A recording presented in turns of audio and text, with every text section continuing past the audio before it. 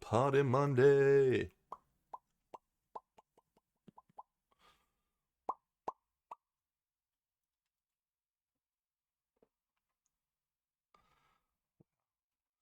Something about that is wonky. Wonky.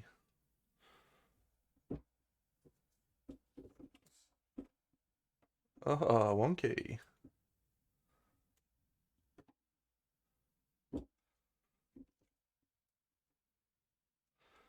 Good enough. Well, now my melon's got my thing in the way, but good enough. Fucking idiot, Dino. All right. Okay, let's go. We're painting this chick. Let's do some hair, I think, maybe. What colour hair should we paint today? Happy Party Monday to all of you wonderful people. I haven't painted a blonde-haired chick in a while, but maybe we should try a white. A white? I don't think I will use that actually.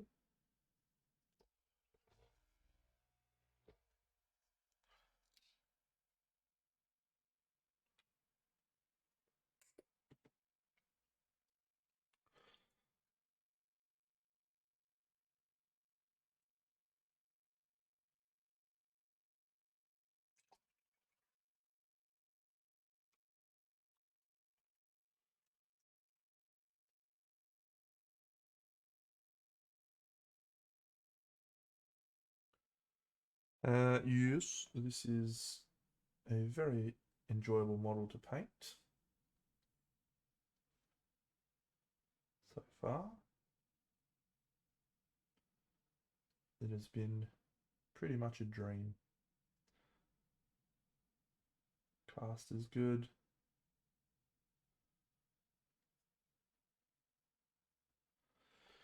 Details are all really nice.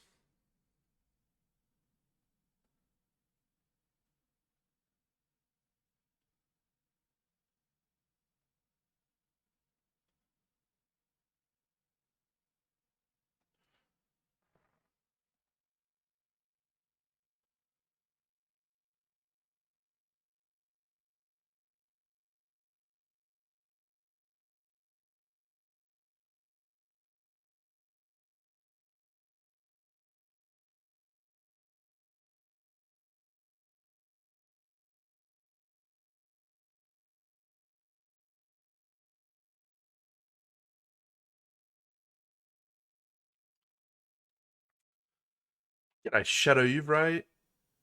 Welcome, Mace. Yes, this is from the Kickstarter Inu Kingdoms. Uh, yeah, I'm like 99% sure they're selling them at some point. So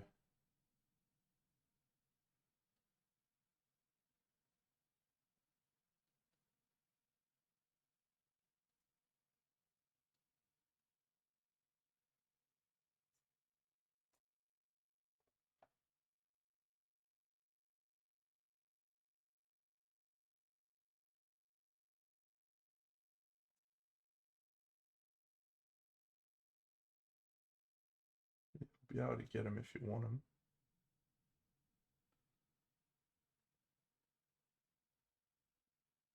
May have been some Kickstarter exclusive pieces, maybe, but I think overall.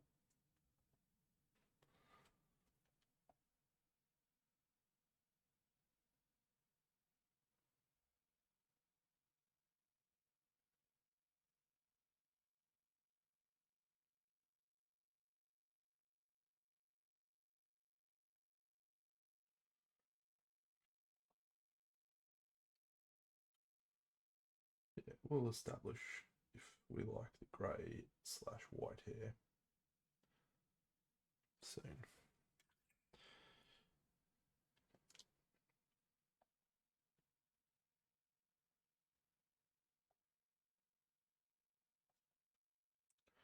I forget what colours I used. I feel like it's this.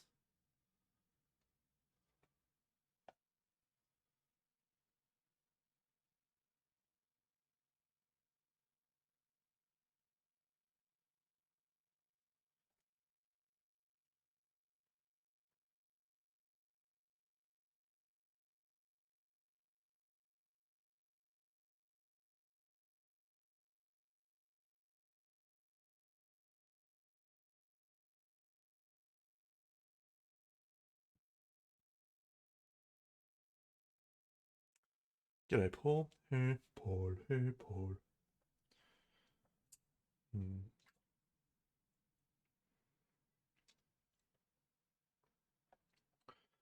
Um, yeah, I haven't got a lot interesting to talk about today, friends, really.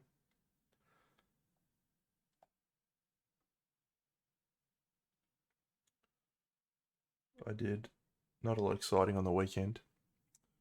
I did.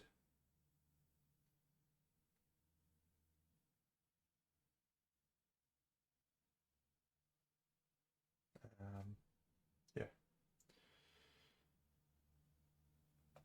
not much exciting at work today.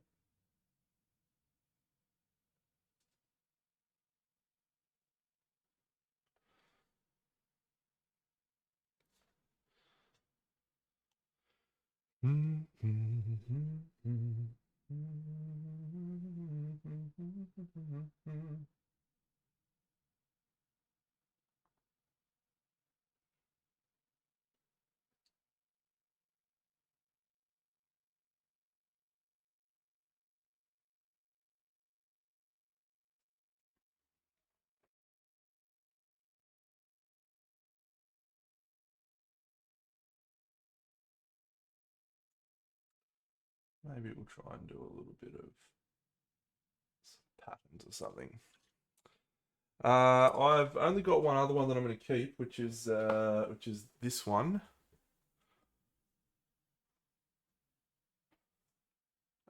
which I'm jazzed for.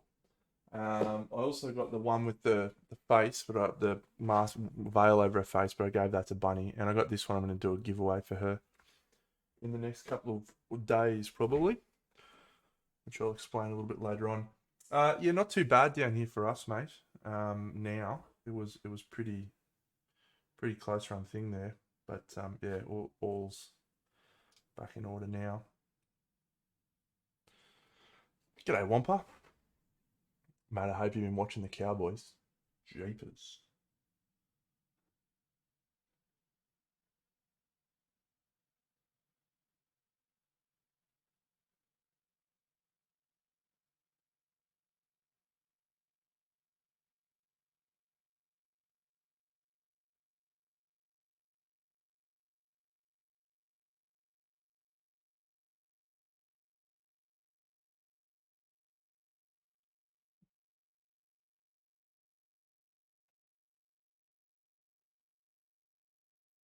Every time I do this, I regret it straight away. Just like, why are you doing this, Tanner? Don't do this to yourself.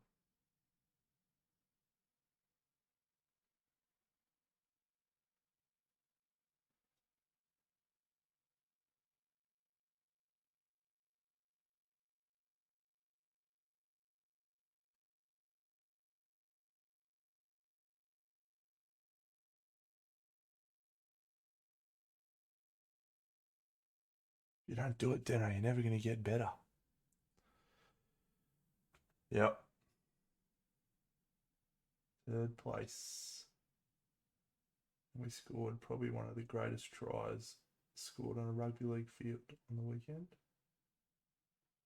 It's outstanding.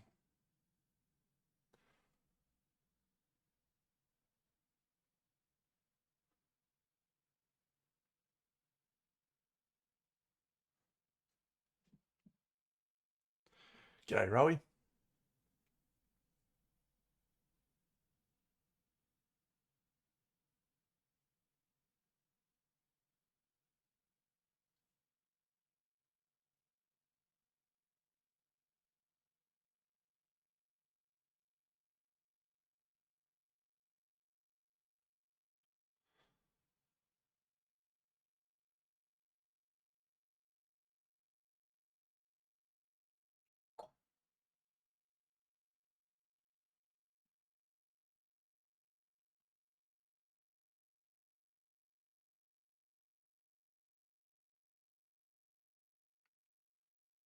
No, mate. You're wrong there. Come on, son. Rugby league. The greatest game of all.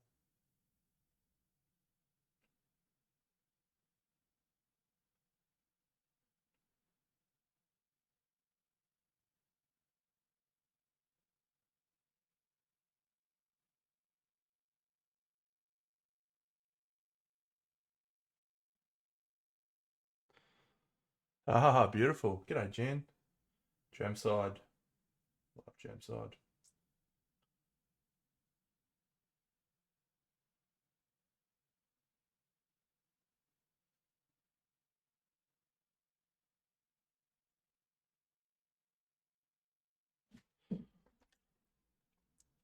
Yep, I never really know what I'm doing with this sort of shit. This is part of my issue as a painter is I just come in fucking half cocked. Just like, yeah, I'll do that. And then it doesn't work exactly. And I'm like, oh, well, fuck. Oh, you painting the Spirit Gobbo. G'day, Gruffalo.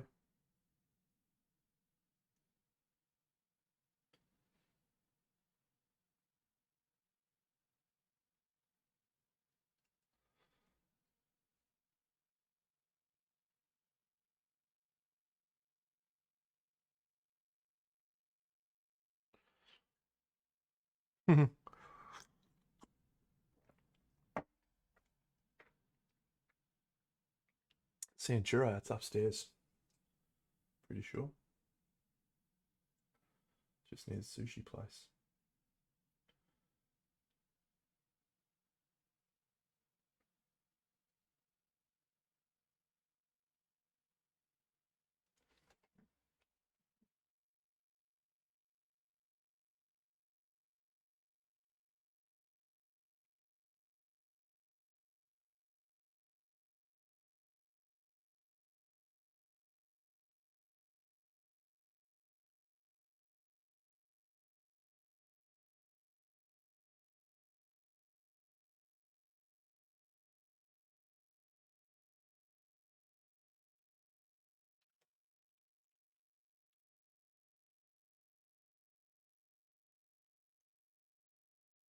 Yeah,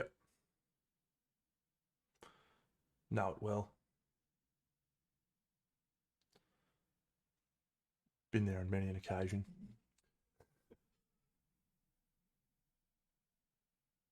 So I started this chick yesterday on my stream in the morning, which was at 7-ish through to about 10-ish. Ended up going a little bit later because I was enjoying painting this chick. And then normally on a Sunday I'll head off and do some stuff and then, might do a little smidge of painting in the afternoon, but it's usually a bit of a relax. Thanks, Gruffalo. But yeah, this particular Sunday I just sat down and kept painting this chick,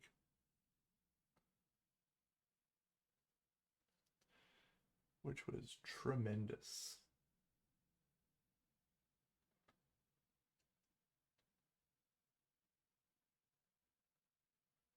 She went from having just barely the skin done, not even done, just started, to where she is now, which, as you can see, is pretty significantly progressed.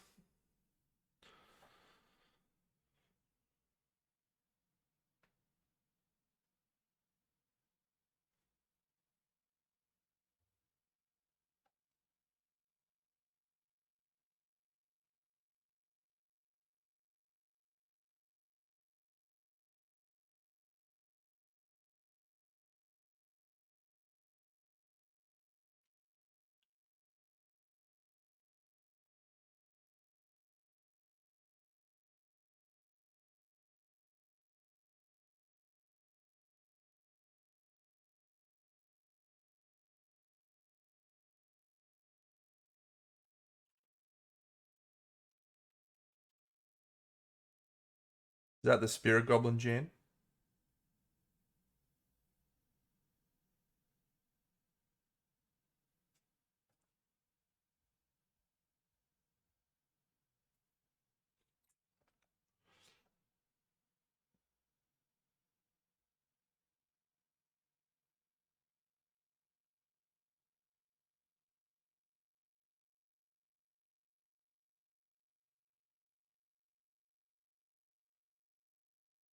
Awesome.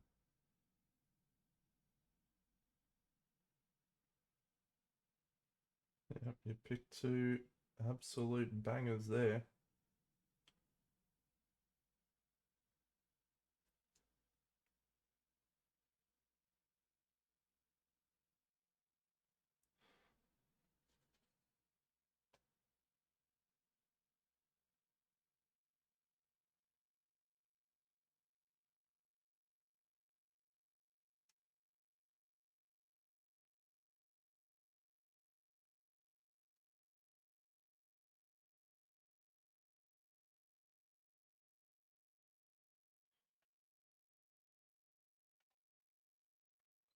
I did buy it, but I have not as yet received it. It did get shipped the other day though. It's on its way to me. So hopefully soon. I haven't checked my tracking for a while.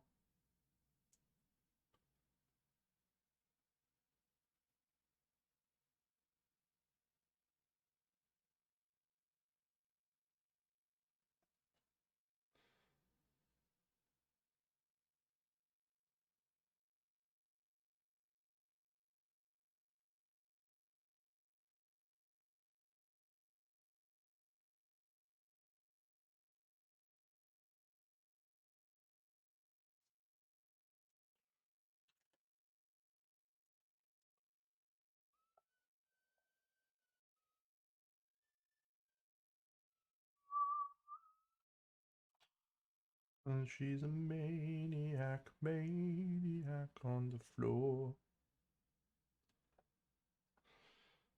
Yeah.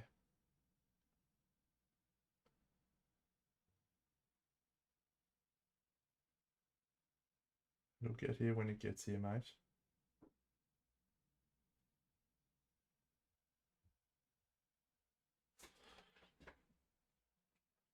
Patience. Feels like we've all lost the art of patience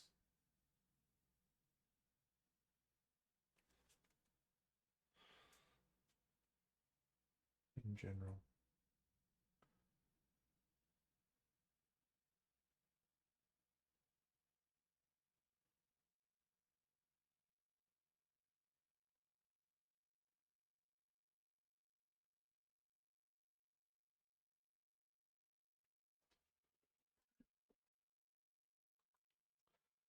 Well, maybe we haven't. Maybe I'm being a crotchety old man.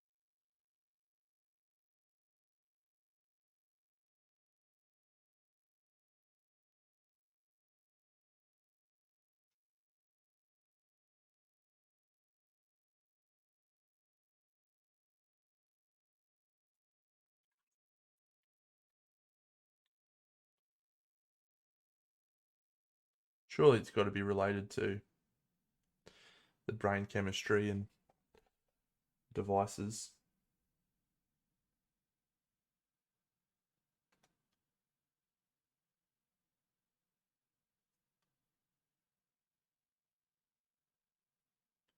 Something like that.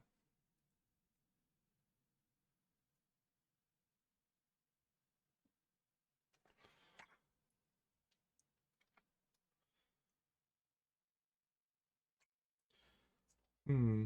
Hmm. Hmm. Light sea grey. Haven't used you in forever. You're a nice colour.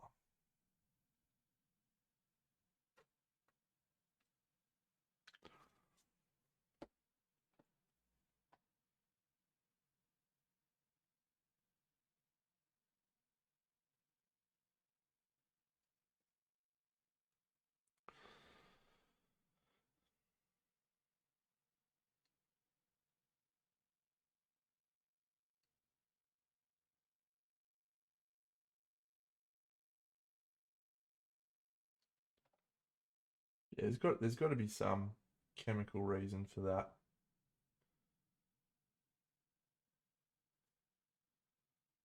I don't know. When I was a kid at school, I used to get home and I can go out and ride my bike and go to the park and you know I didn't have a mobile phone. My mum would say you got to be home by 6.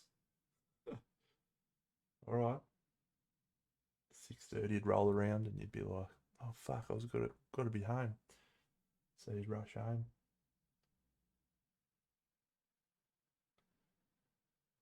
All would be good. G'day for Jada Sofuego.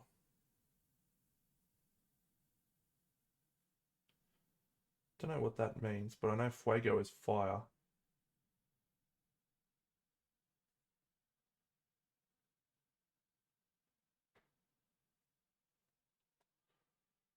Hmm, something cool anyway.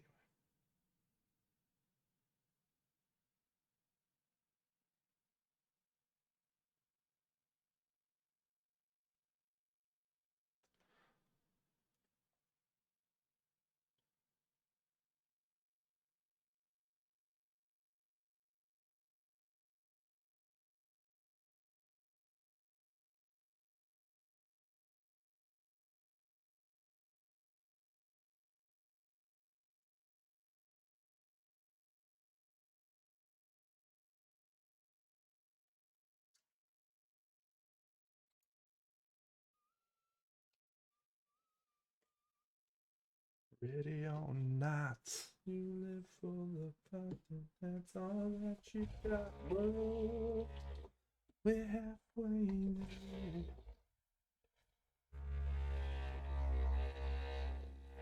Yeah, it's pretty weird now that I think about it. Like, I don't feel like I was bored much when I was a kid. I feel like I'm more bored now. Maybe that's just my job. But then I very rarely feel bored at home.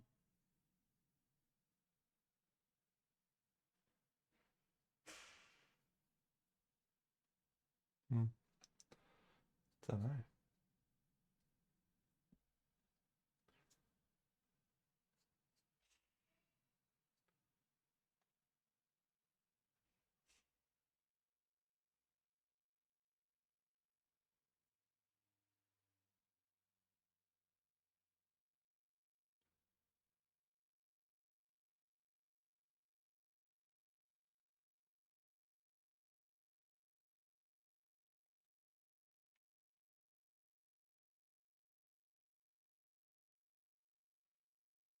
What color do you think I should do this trim on the cloak around here? Just go trim just around the top of the cloak there. Hmm. I don't have kids, mate, so I'm not making any of my kids worse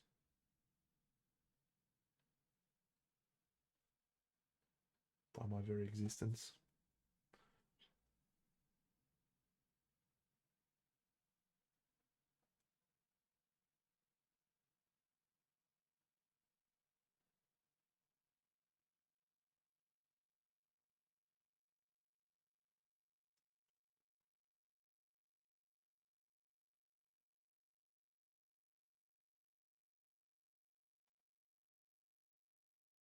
Silver. All right. So vote for silver.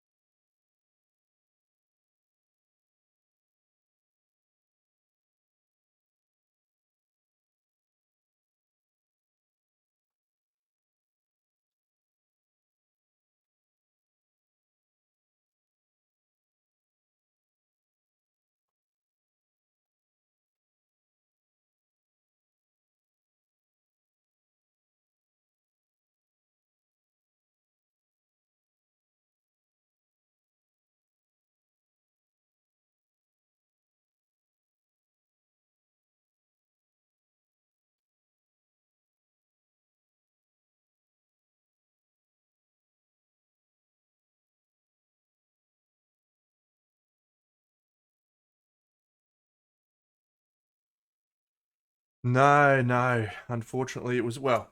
So I'm supposed to receive the figures, not the whole game. G'day, Jared.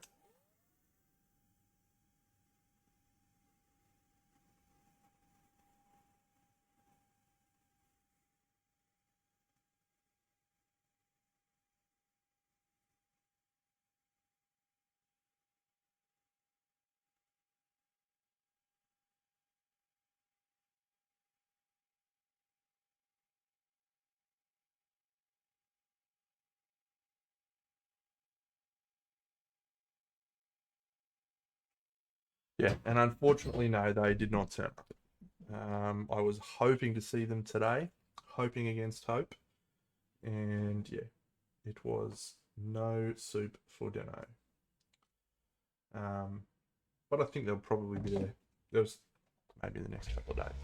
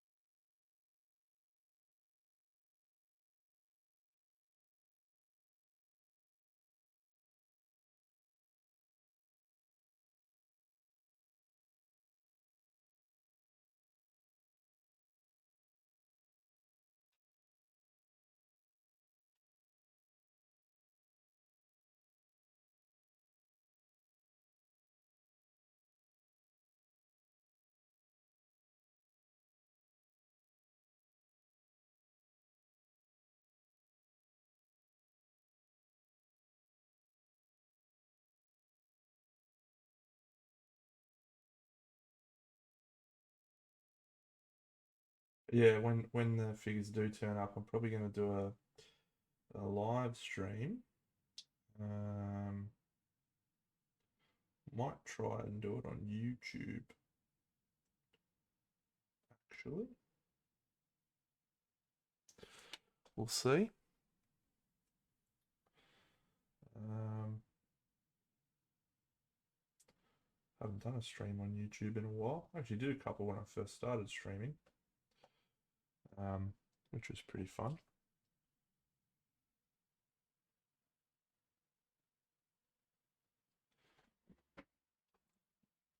You're annoying me today.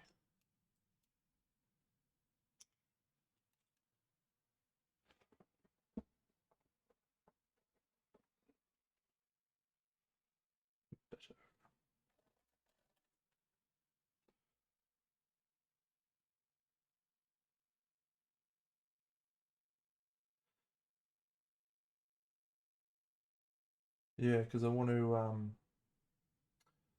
try and do some fundraising with the uh, figures, not giving them away, but giving away some other stuff so that I can contribute some money to Shadowborn.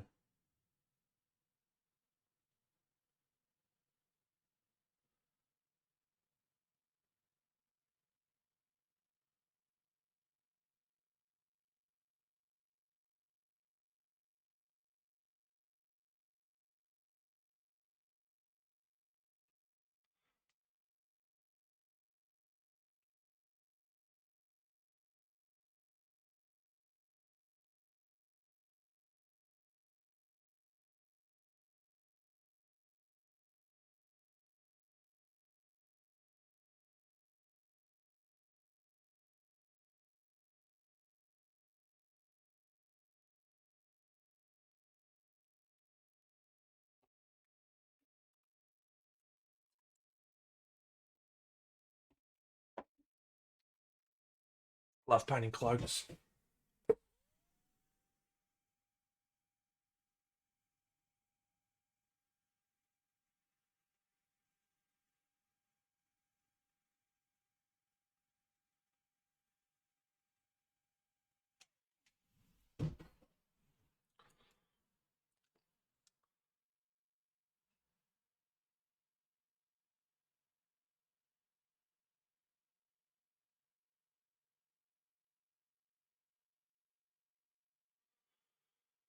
There once was a ship that put to sea, and the name of the ship was a Billy O.T.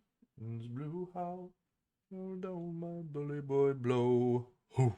Soon may the wellerman come to bring us sugar and tea and rum. One day when the tonguing is done, we'll take our leave and go.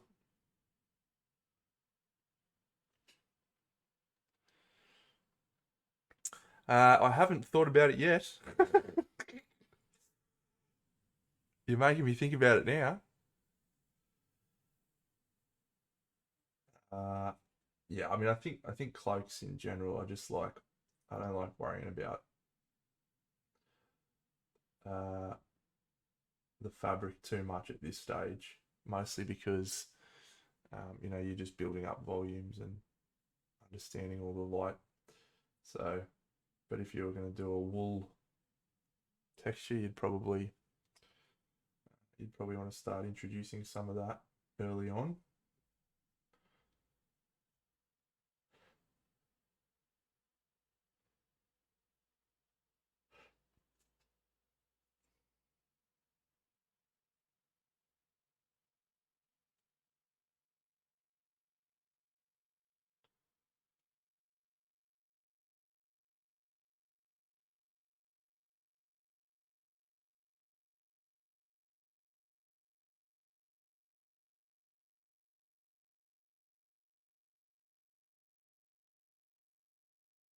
Bell Bucksy, coming for a paint tonight.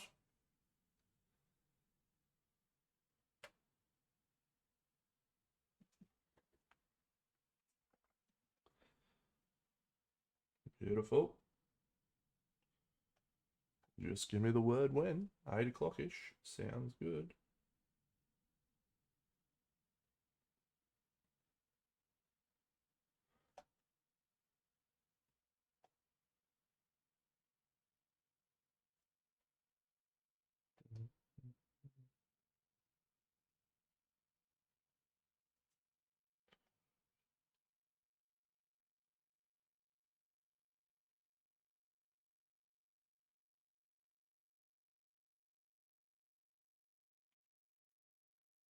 Yeah, so for cloth, there's usually a couple of things that people get slightly wrong that makes their cloths look a little boring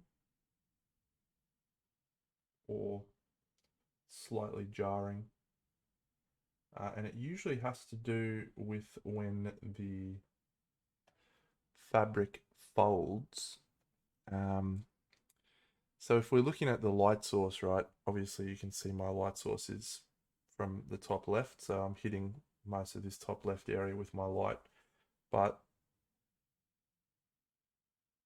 it's just such an ingrained instinct to want to paint um, the raised areas of the folds, right? So why would this section underneath here, even though it's raised, be highlighted? I'll tell you the answer to that question. It wouldn't. And so you tend to see people that are highlighting their fabric come in and hit those undersides and just highlight the raised areas. So you really need to be, as always, respectful of your light source. Where is my light source? Where is that going to contact with the surface?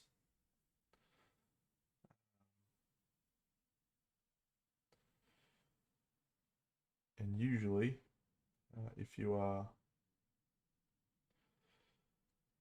um, on track, you'll have some areas that look a little bit weird early on.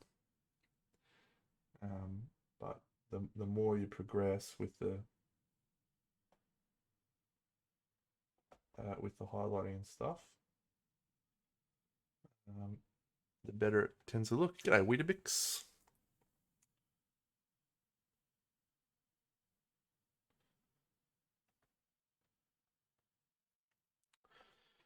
Yeah, Kirill loves fabrics.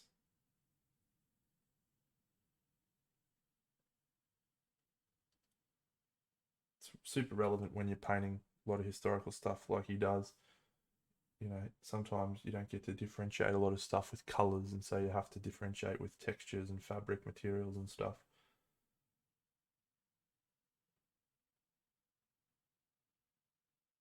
Carol's a mad dog.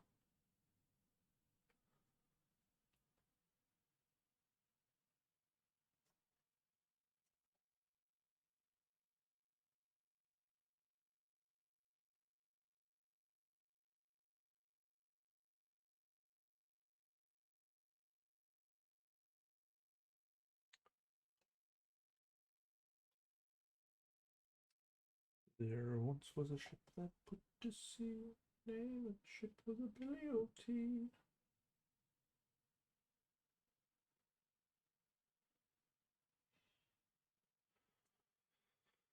Hmm.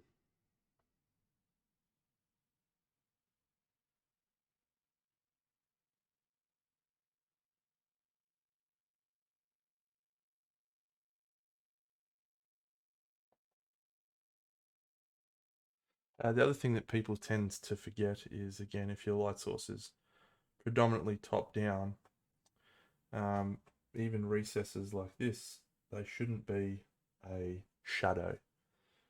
The light will come down and hit those pretty heavily.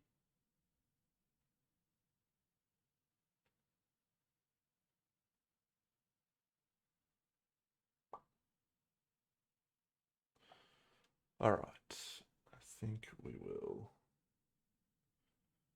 introduce a little bit of my purple, make for a more interesting grey.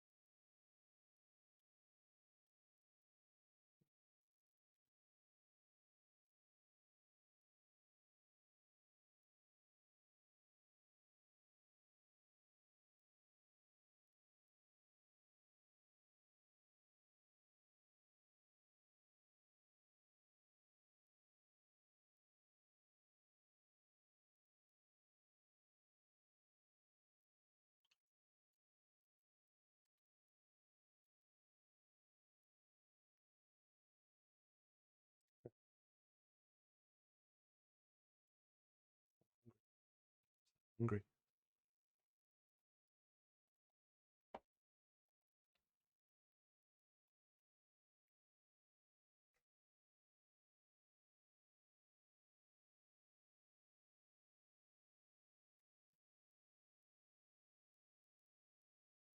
Does look good.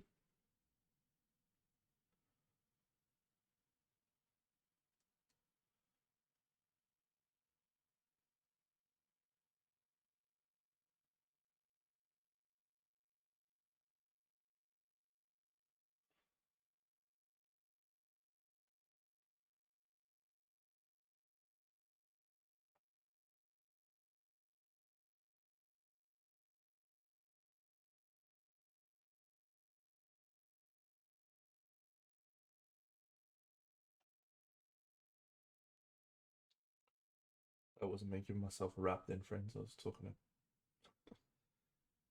Frog Jim about Bucks's bust.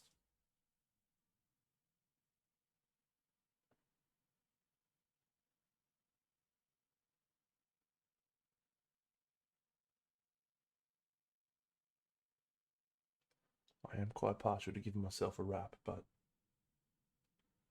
that was not the moment.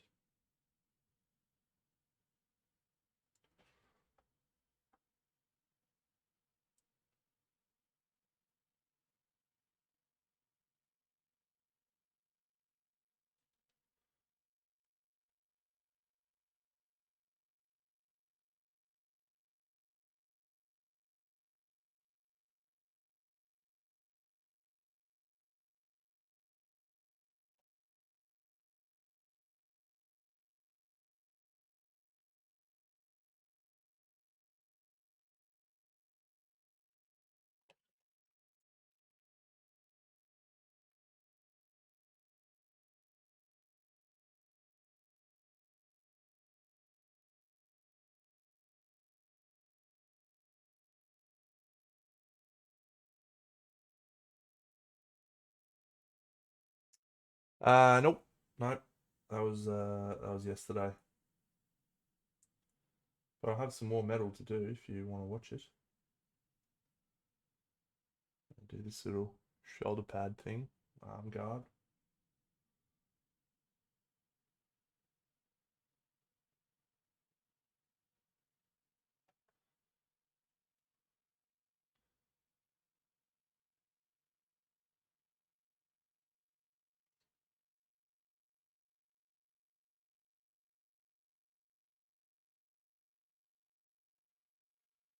Cool. All right.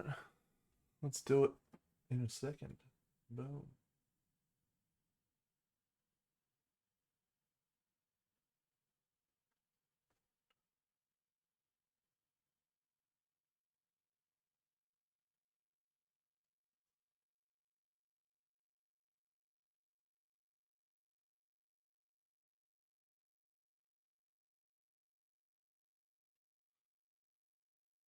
Cool.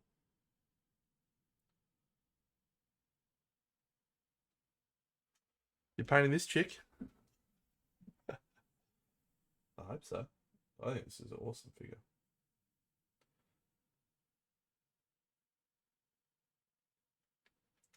Yeah, I'm looking forward to seeing more of these Inu Kingdoms busts get painted out in the wild.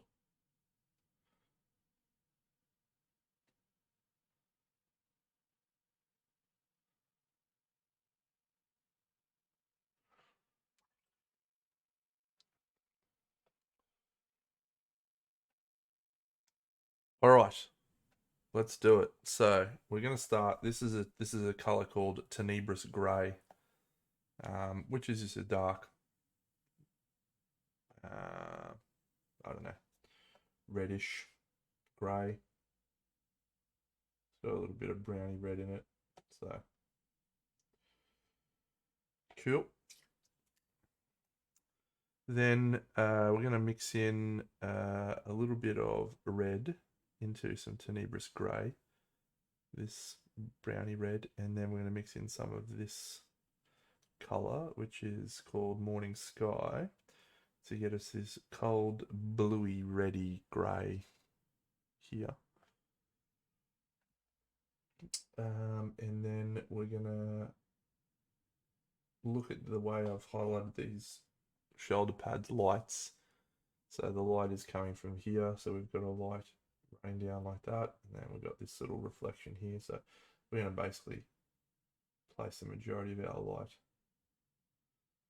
along this line.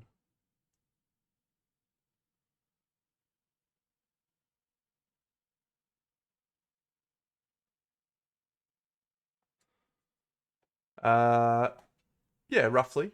No, other way around. 50, 45 water, 45 thinner, 10% flow improver.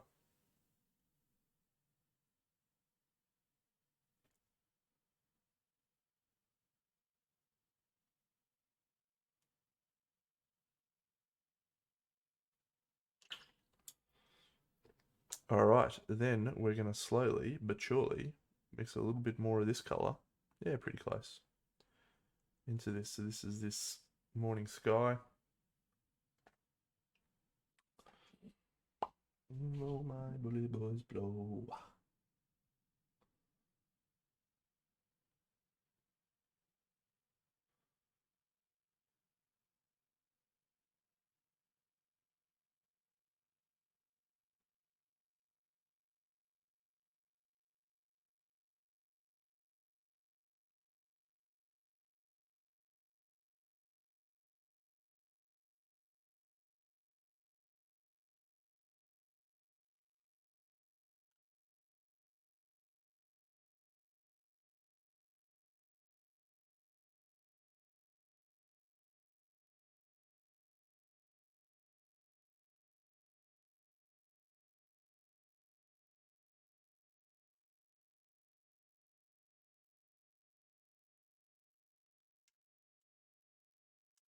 Then we'll just go basically pure this color.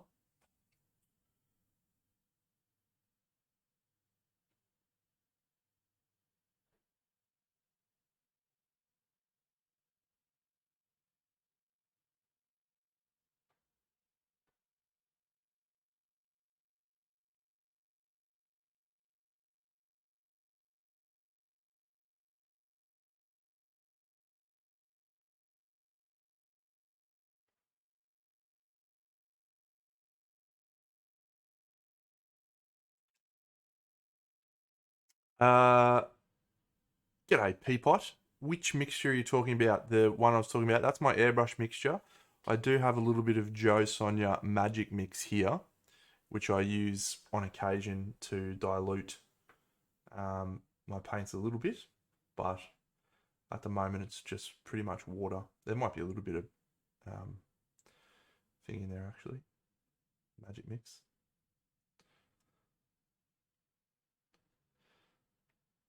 Now I've added a little bit of light flesh into this color mix.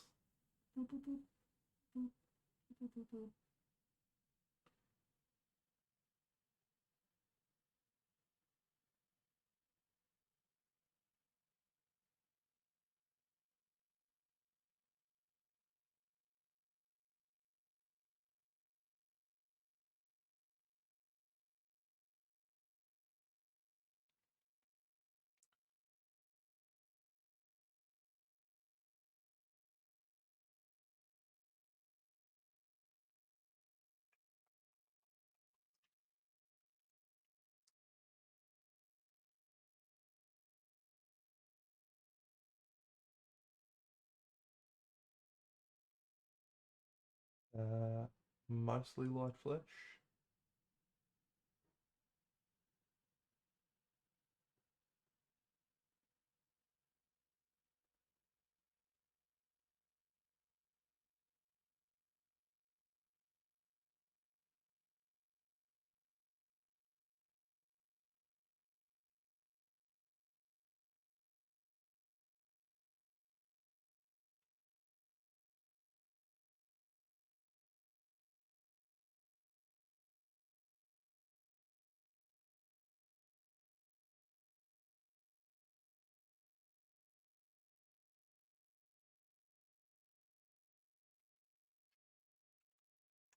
And then I'm just going to mix a teeny little bit of white into that mixture.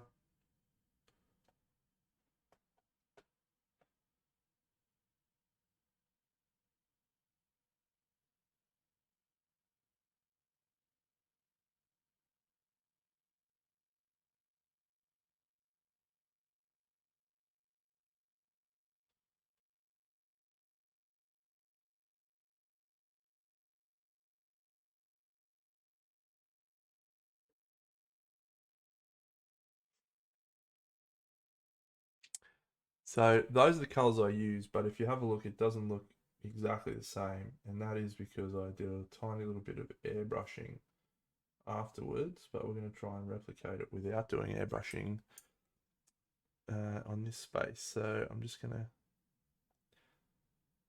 basically mix up a real dilute glaze somewhere.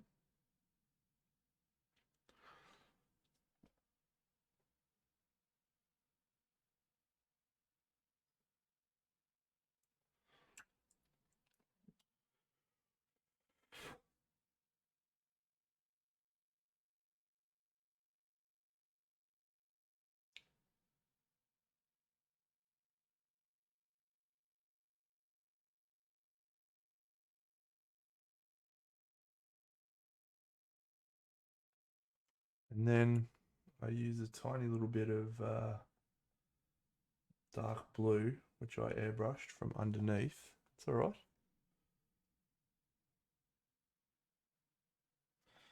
And then the final step was I did some really, oh, I'm fucking dead set almost. Fucked my Agaros Dunes. I used some Agaros Dunes, heavily diluted. When it's a little bit dry, hang on.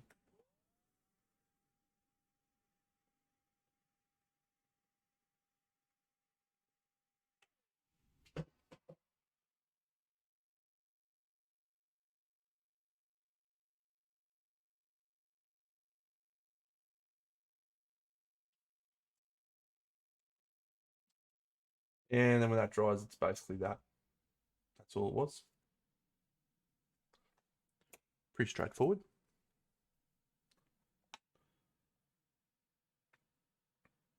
I think.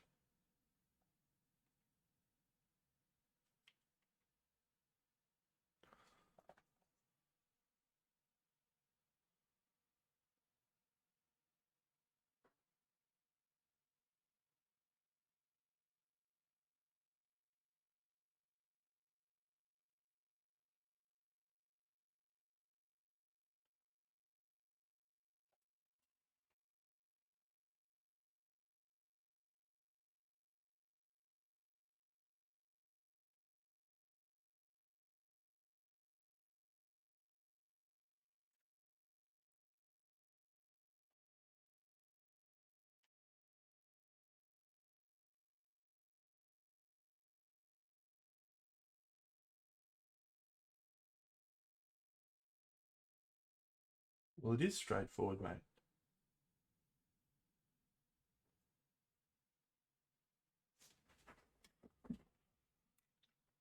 No part of that was difficult, was it? Eh? Fucking gibberers. You're all gibberers. Painting, painting gig's a piece of cake.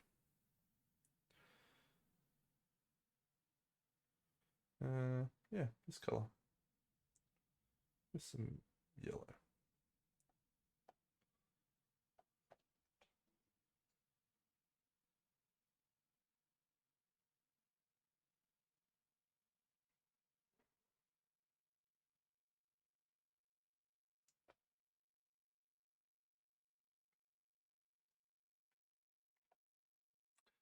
I do have that. That is an absolute fact. Yes. Trying to do what I just did without that is definitely going to be more of a challenge.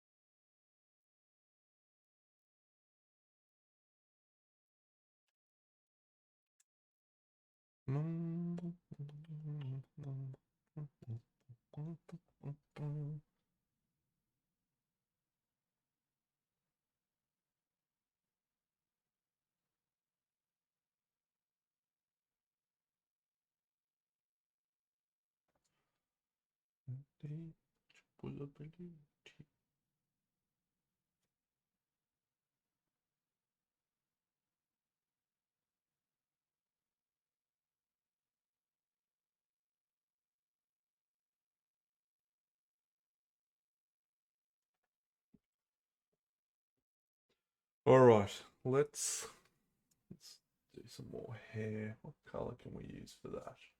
No, where's pastel violet? Maybe that would be fun. Yes. My bully boy blow. Oof.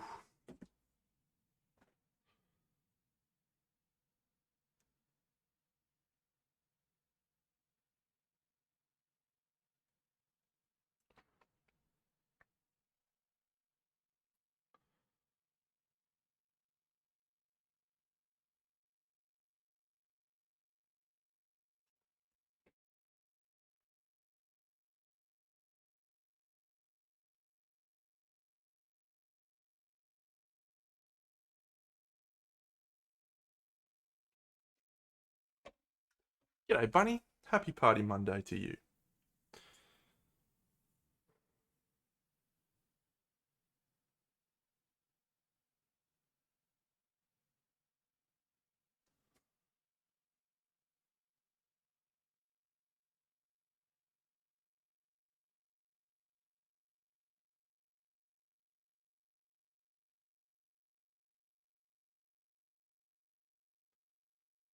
I'm being exceptionally boring tonight, I think, Bun. Which usually happens when I get really interested in a paint job.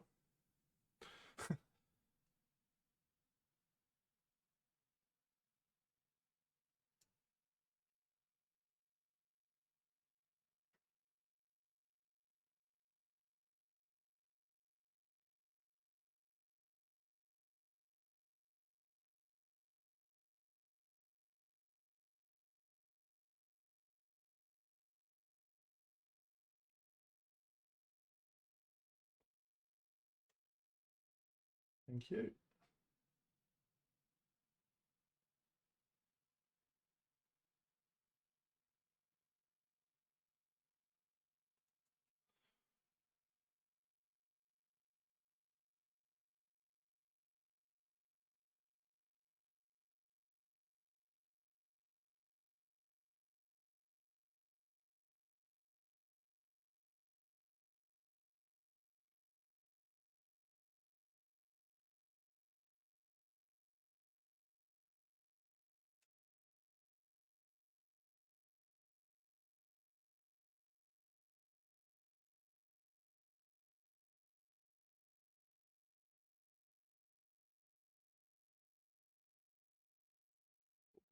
I was but a learner. Now I am the master. Um, that's a good question, Peapot. So when you paint display stuff, or when I paint display stuff rather, I feel like it's really important that you are respecting the whole uh, piece, which is why you're sort of seeing me do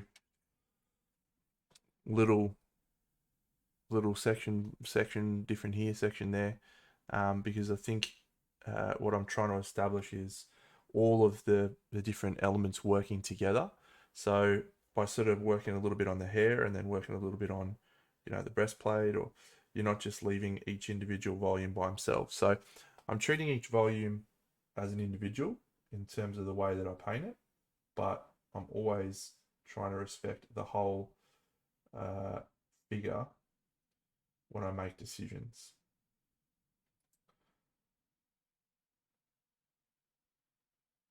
If that answers your question. Oh, nice bun.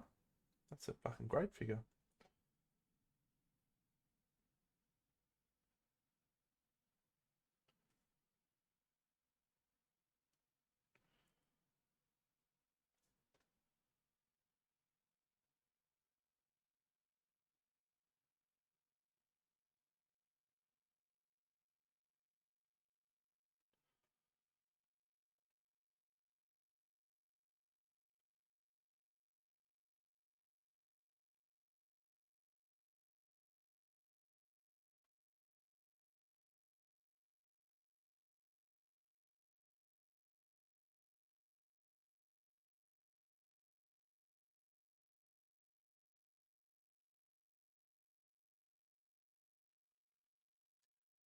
Oh, you're welcome, Jared.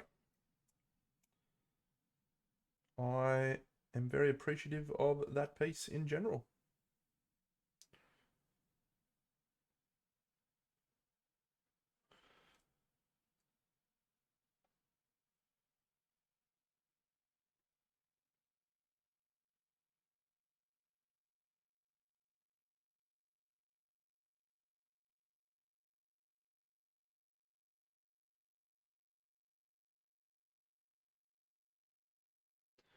I am quite, g'day Match Fixer. I am quite partial to a large diorama, as you know.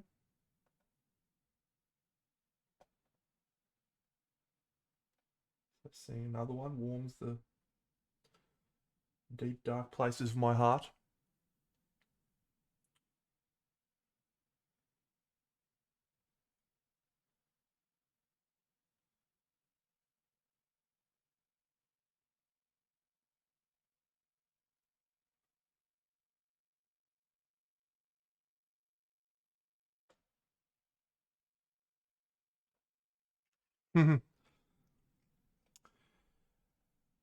Yeah, I mean, it's important that you look at each volume and understand how it should react to light as a shape, as an object.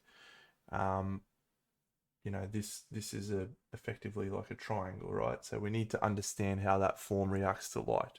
So when you're first starting out, I think it's important that you break each area down and go, well, how is the light going to respond to this? So this cylinder, which is a non-metallic metal cylinder, we have a single line of light running from top to bottom, as opposed to painting the whole thing.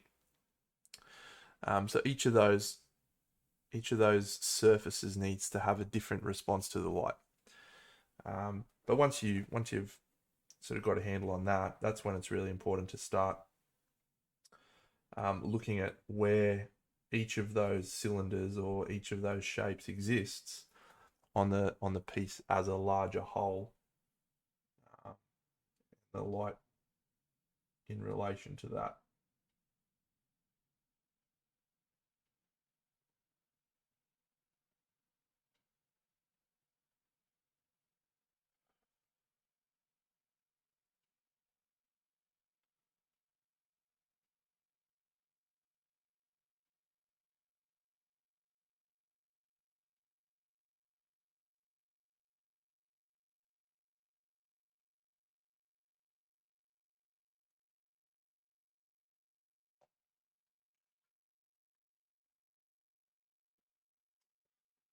My bullet boys blow.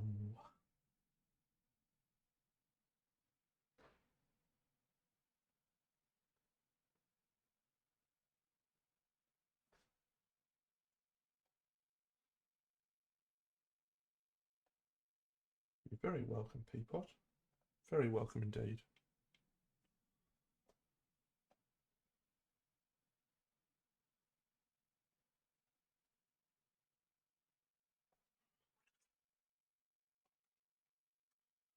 All right, let's do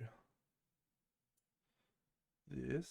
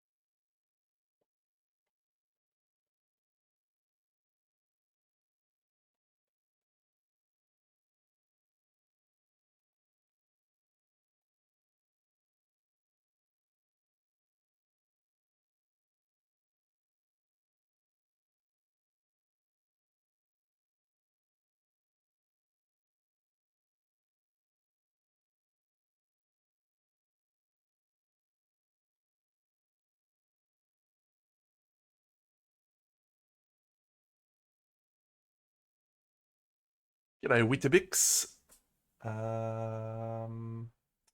Merci beaucoup.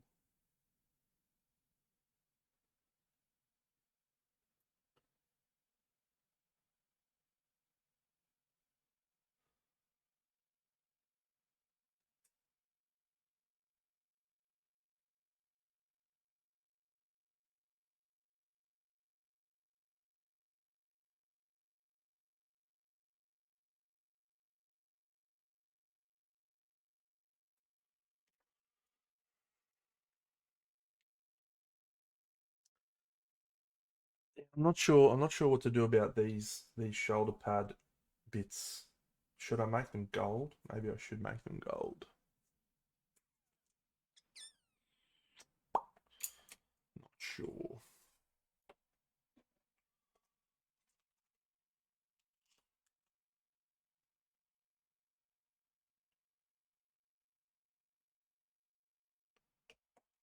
Copper? Then we got all three colours on it. Don't know. Feels a bit excessive. Copper could work.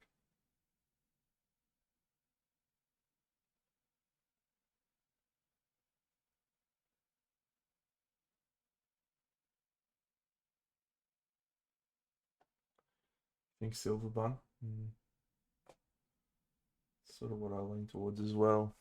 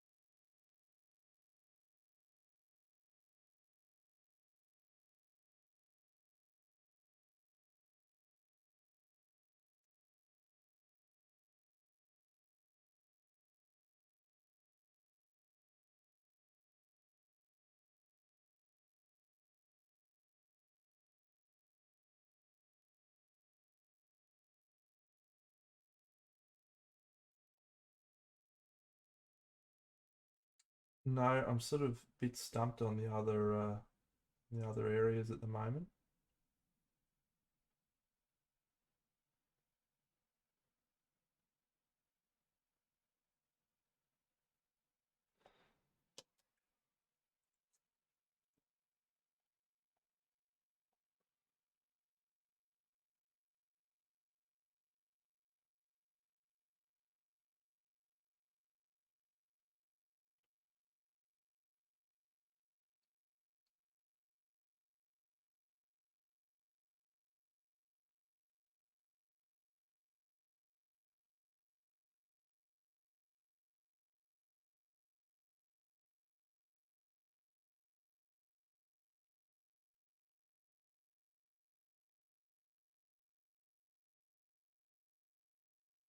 Hell's the Hera models bust with Chaos Warrior armor.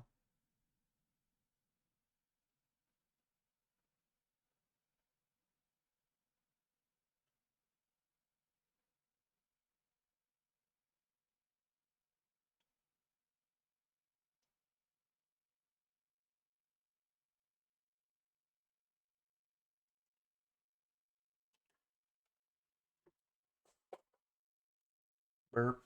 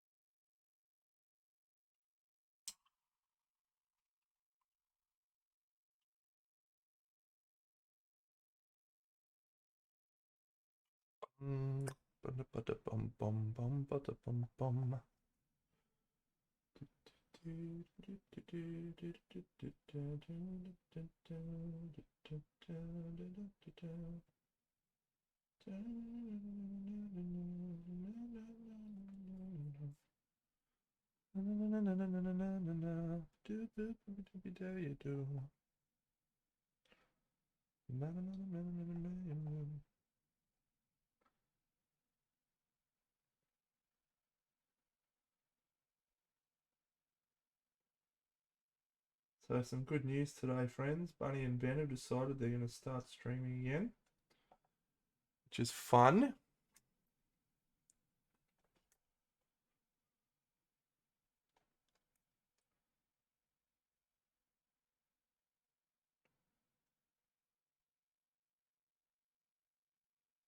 I also find them hard, mate.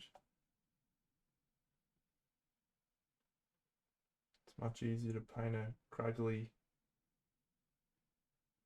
man face.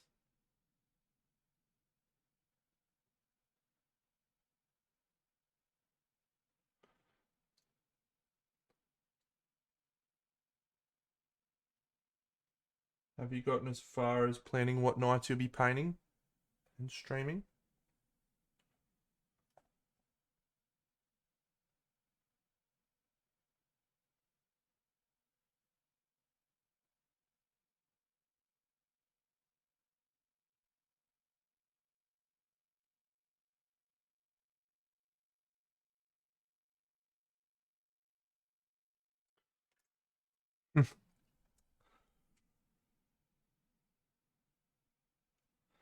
Isn't that fascinating that Bunny finds female faces easier to paint?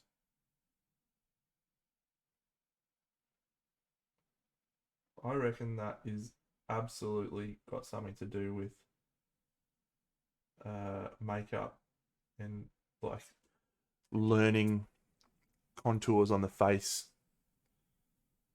Yeah, it'd be much easier to translate that into how to paint a female face, I reckon. That's my slightly sexist opinion, anyway.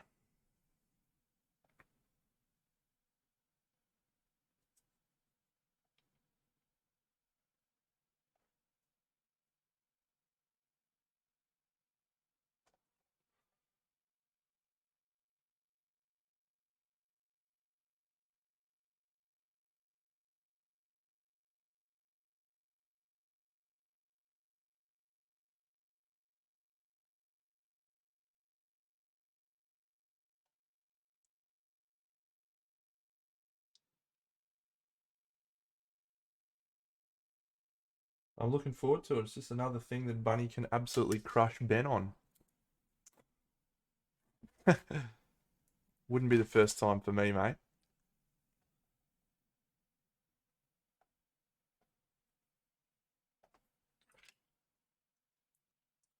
Tell you what, I'll do it on stream next time,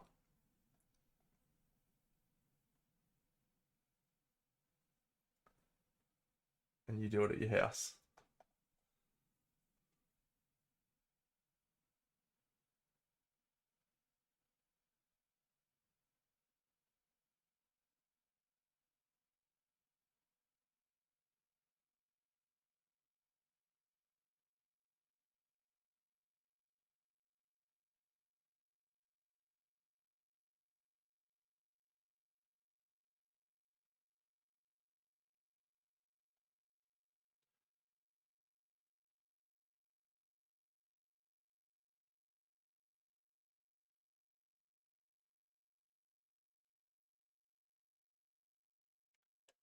She does look a little bit evil now, doesn't she?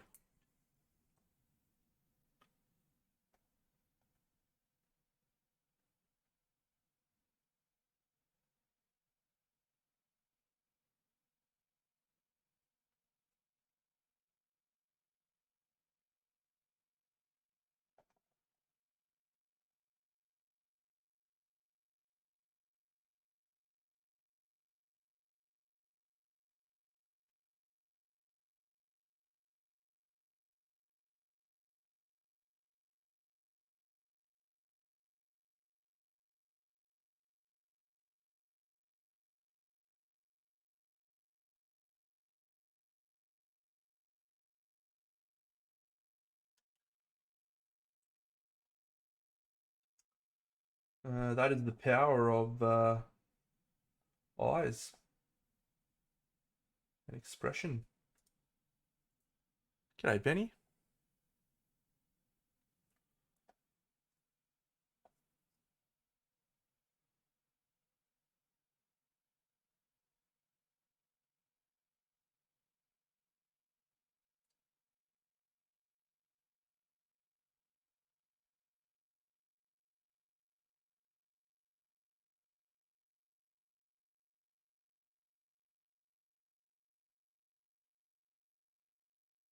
G'day, Chew Paints. What's going on, mate?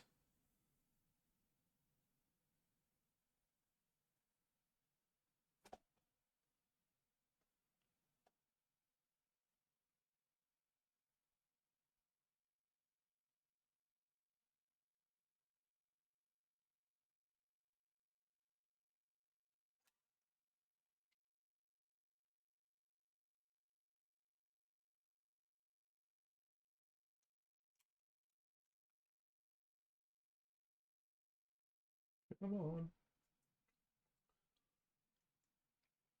Nice one, Dino.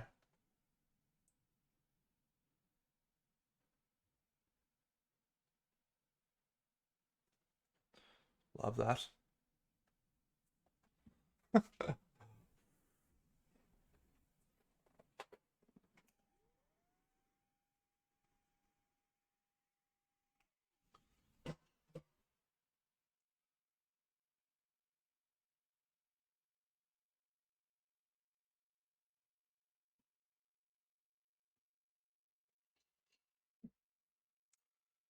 I have not. Let me just grab some water, friends.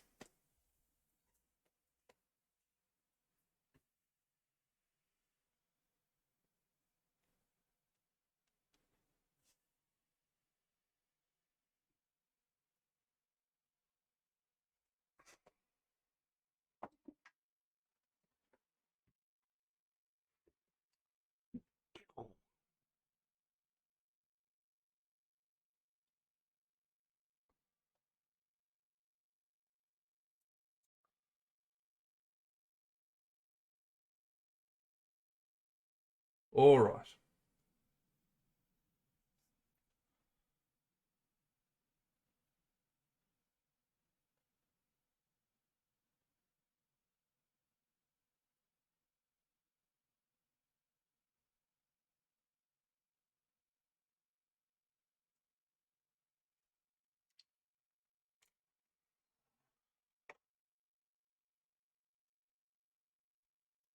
Come on.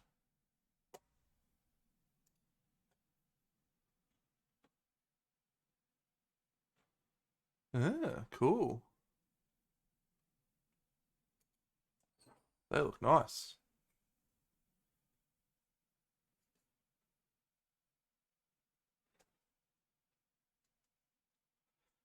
All right.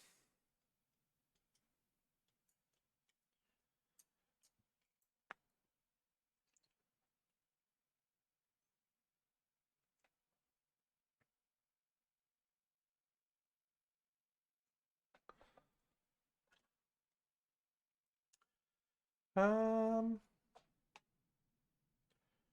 Usually I just pick a color that I think's going to contrast nicely with the rest of the paint colors, and that's about it. About the extent of my decision-making process.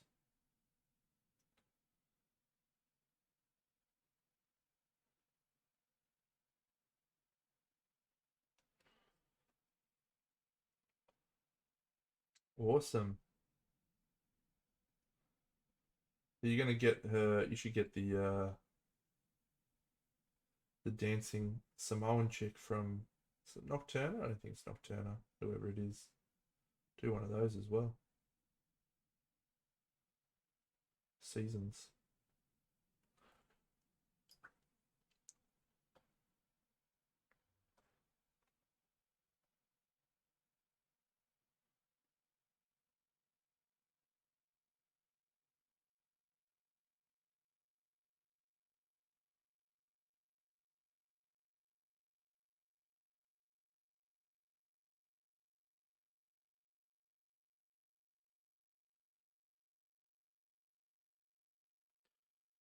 Yeah, she's cool.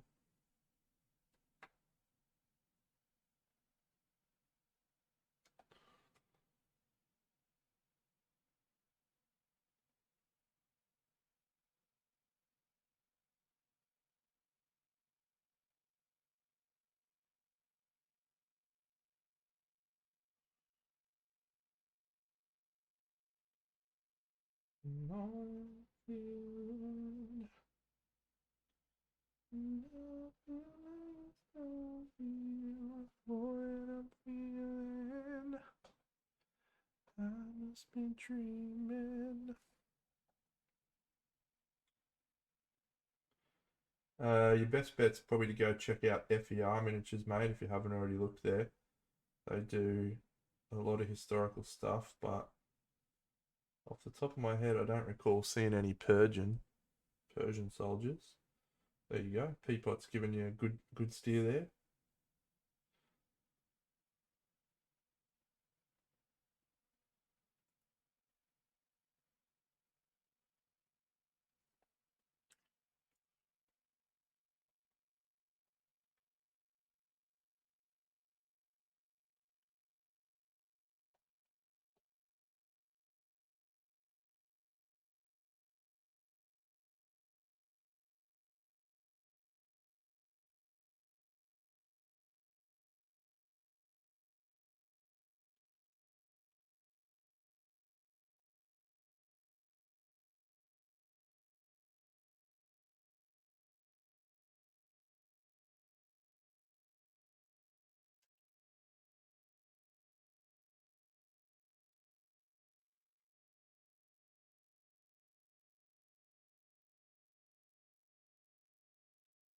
I see my Marianne walking away.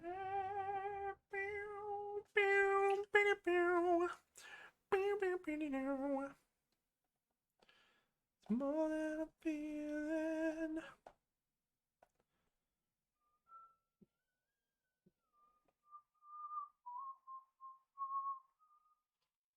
I must be dreaming.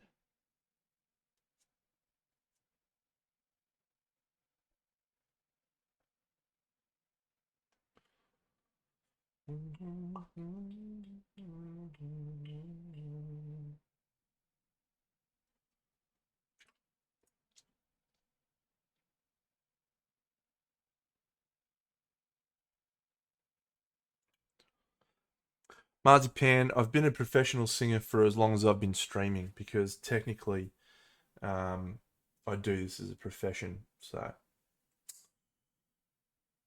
no, that's not true. That's a lie. I'm an awful singer. We all know it. That's why we have points we can spend to make me sing so everyone can have a chuckle to themselves.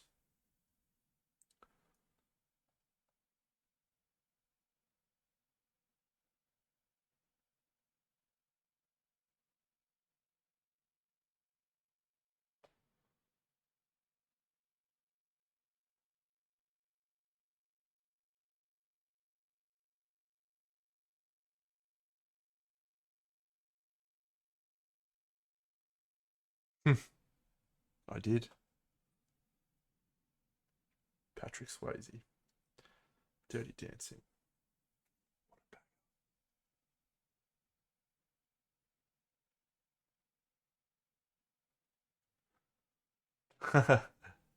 I am well. Fuck, how's that one go? Everybody's working for the weekend.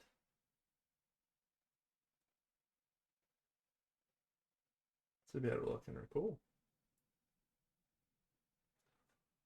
Everybody. Give you another one.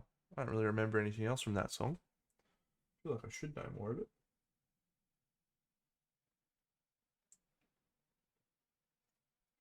Fuck, you know Stranger Things season 4 is on in like a few weeks. It's 27th of May. Fucking get in. Get in.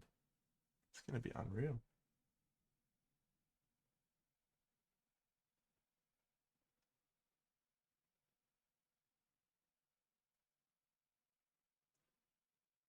Nosy. Fuck, how good would that be?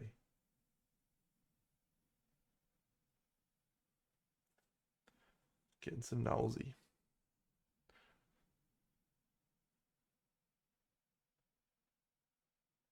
Alright, this is a fucking terrible decision, Dan.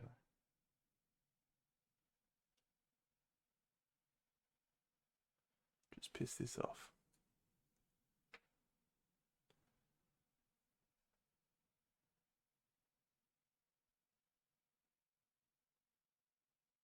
I don't know that I really understand what you've just stated there, what you think they're going to move the show up earlier.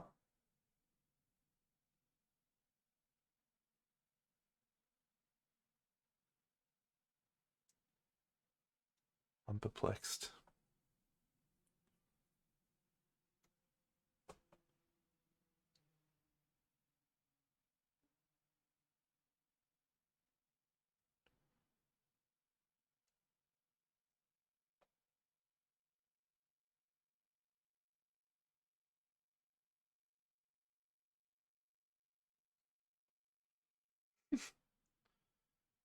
They'll be asking us to do a few bags out the back with him. Nalsy. Nalsy.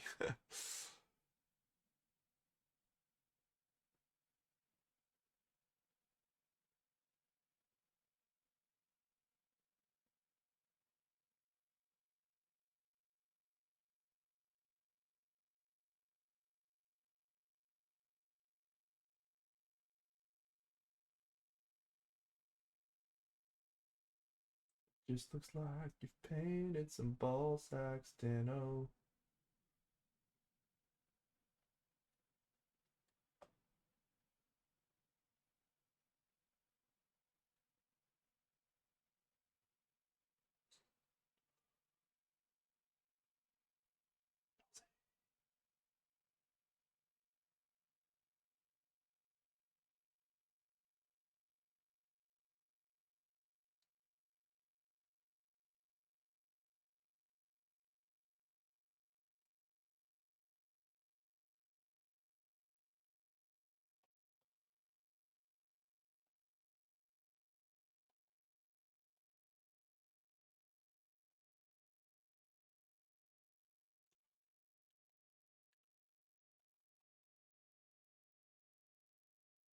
What? What message have you sent me? Did you send me a message? Oh, sorry, mate.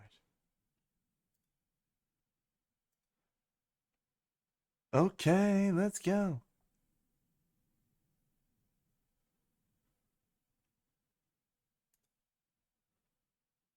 Okay, let's go. Hello, buddy. Hello, buddy. What's my sister messaging me for? Yeah. LBS. No, no, no, no, no.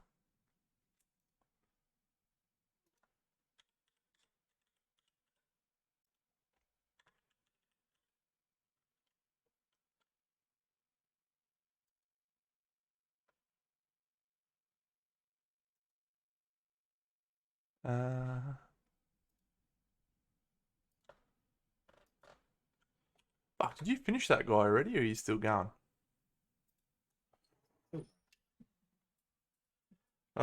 Did Hugo? No, Hugo didn't get his mum a Mother's Day present. But he has been an excellent boy.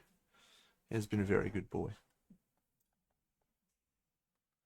Password is Is the password hammer1, all lowercase. hammer? Hammer? Hammer, as in hammer time.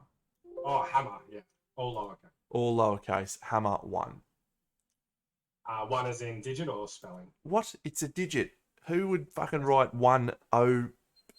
You are an idiot. Mate, you've done it before. All right, I'll cop that. You flick me a new password every week. I do. I really should just have it fucking be the same should every just- time, yeah. but no, that would be too easy. That would be too easy.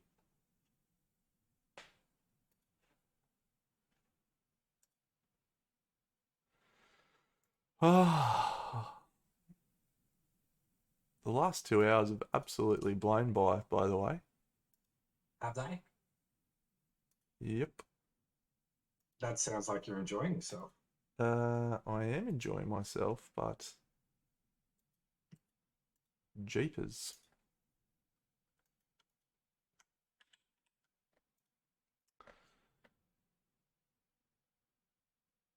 And there you are, son. You're on screen. Well done. Well done, mate. It's Monday. Fuck, I'm a technological wizard. Seeing as we jack just all the other YouTubers and content creators stuff, what have we had? Slay the Grey? What do we say? Slay the Grey. Yeah. What's Vincey's? What is It's Monday. It's Monday. That means it's Party Monday. Party Monday. Slay the Grey. And don't forget to bake more minis. It's a lot of energy on that one. There is. Too much energy for two old men.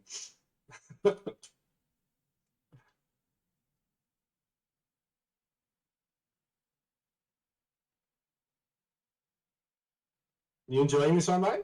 Honestly, it looks pretty good. Yeah. I think it's pretty. I think it's. I really like it. Yeah, pretty fun one to paint. Yeah. Slay the philodendrons. Slay the philodendrons. Give me I'm the philodendron queen, Benny. Give me a home among the gum trees. Fill up the plum trees. The talent is here. Oof. A sheep or two and a kangaroo. Clothes-line out the back. Veranda out the front. And an old rocking chair. What a great song that was, eh? Mm. If you're a few beers deep, that can really get the troops up, can't it? I don't need to be a few beers deep to get the troops up for that one, son. Oh, this is all fucking weird shit, man. I don't know what is what. All right, I'm just doing this bit. All right, who am I saying hello to? Hey, oh mate, Jared, legend. How are you, pal? Are we going to be looking at your latest finished piece tonight? I think we are. Oh shit, are we? All right. I think we are. I think we're going to have to. As long as Jared says it's all good. Tired? I believe Australia has a new diorama king, mate. That's the word I heard on the street. That philodendron loved every second. It absolutely loved every second, man. My wrist form is fantastic, and I learned it from the best, man. I went and studied up under Kay for a couple of weeks in the philodendron pollinating season. She taught me all the craft, the tricks, the wrist flicks.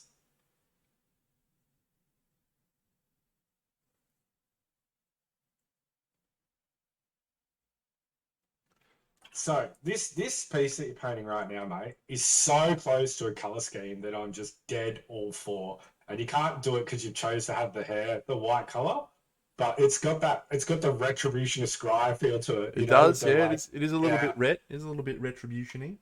Yeah, love it.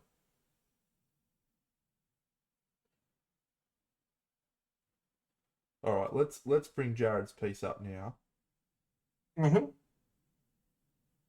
Where do we get the best photos of it, Jared? Are they all just the same ones? Can we just grab them from the Dirty Paintwater Society? It's probably on P&P already, isn't it? It could be on P&P. Let's go have a look. All the same. They're all the same photos. Yeah.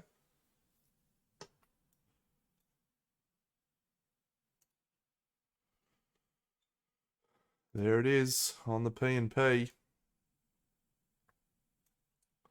Fucking hell, it's already a 89. Mate, I'm a terrible friend on P&P, eh? I fucking do not vote for anyone. I don't vote. I need to fix that. I need to get out a few votes to some people.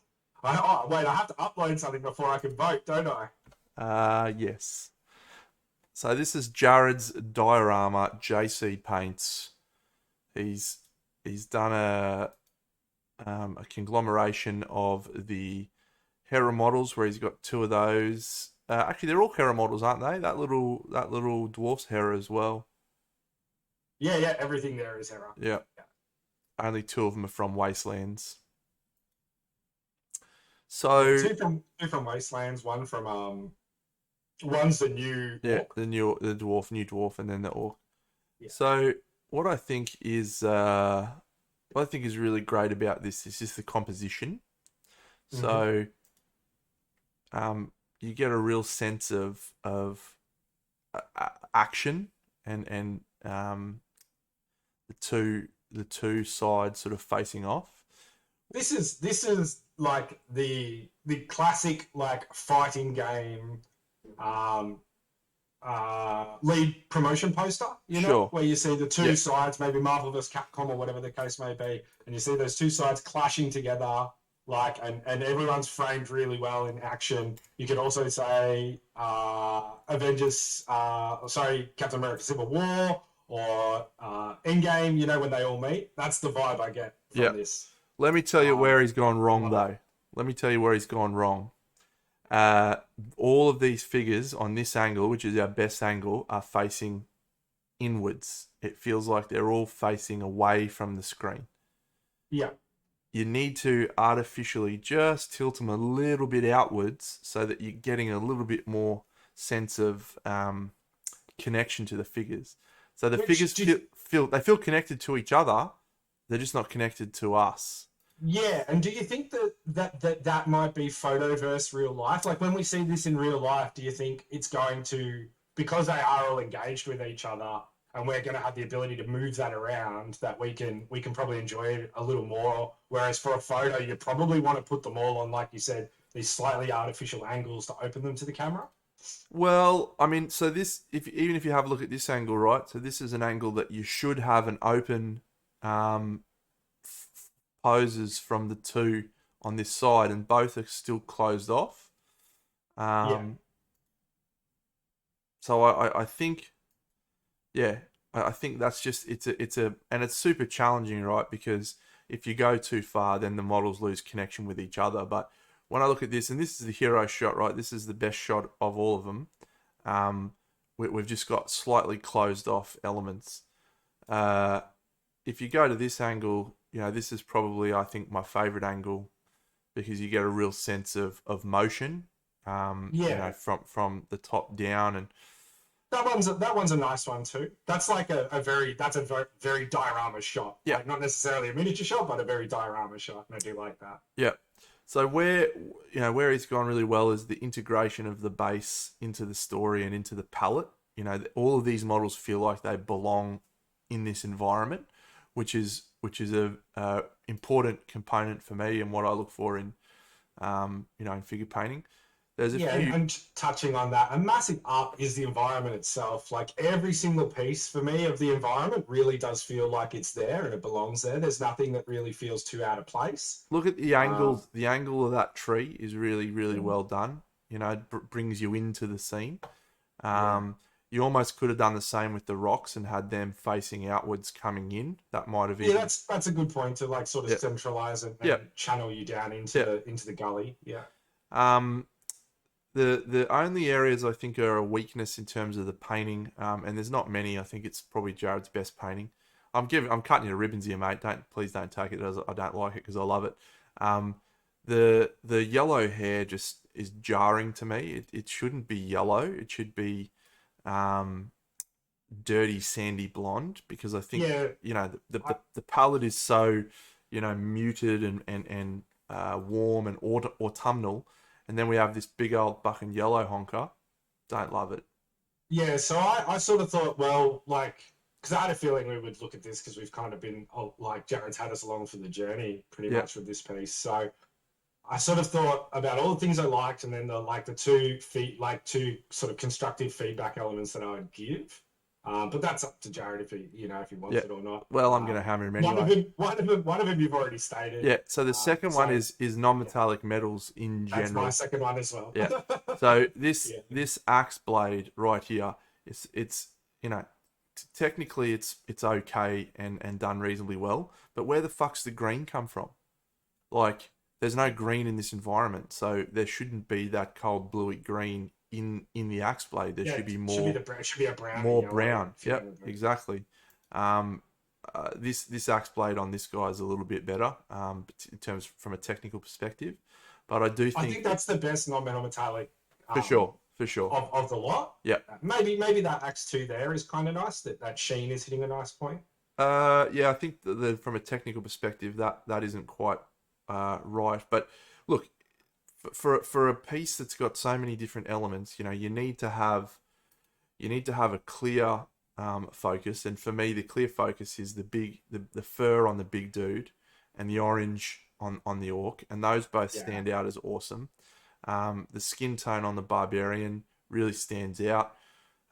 If and interestingly, if either of the hair was going to be fucking out there, I would have gone for the dwarf because it's a fucking Yeah, giving the dwarf a big yeah, rackadoo or whatever the case yeah, may be, yeah, or blondie. Yeah. yeah. But like these are all nitpicky elements Yeah.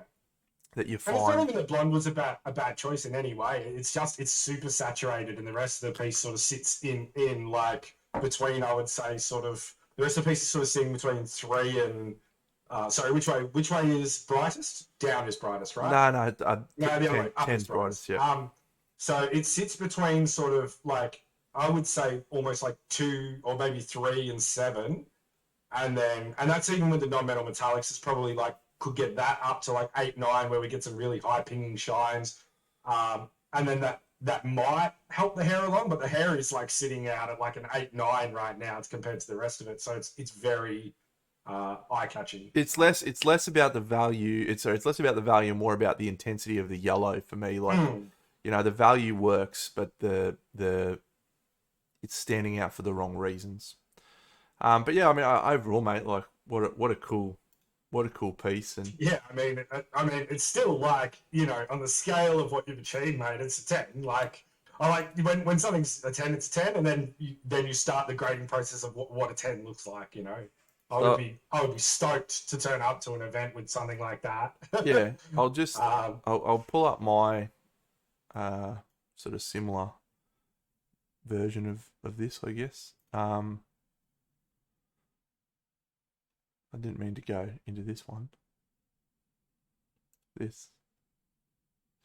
Yeah, so this is my sort of similar version of these figures with these models. And I think uh the piece I was talking about with all of the figures' faces opening up, it works much easier in this, right? Because they're all sort of facing towards the camera. Um, but what I used the big rider for is to actually create a sense of movement and have him facing outwards, because it creates more dynamic on this front angle, right? The guy's moving off, and then the dude up the top, you've got that. It's a much different piece. You can't really draw too much, I guess, from it. But yeah, that's my version of those fucking foot figures. What a banger fucking collection of models they are, though. Seriously. yeah, again, I think you did an awesome job, mate. Jared, it's awesome. I like, and it's just like the fun thing is now is like, what's the next one going to look like, right? And the one Mm. after that, right? Because everything you've learned, you've like filled your bag with things you've learned. Off that, like, you're just gonna go up and up and up, pal. Should be absolutely stoked with it.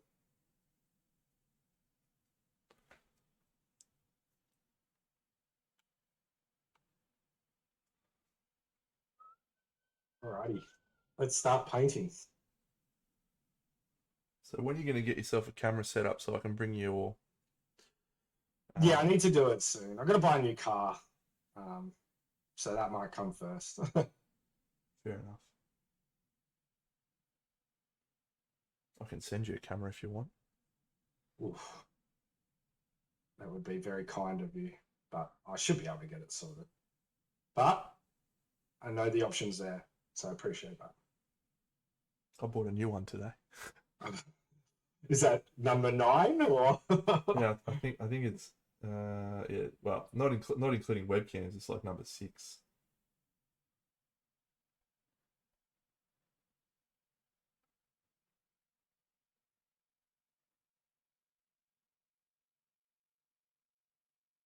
With webcams it was like fucking 11. It's outrageous.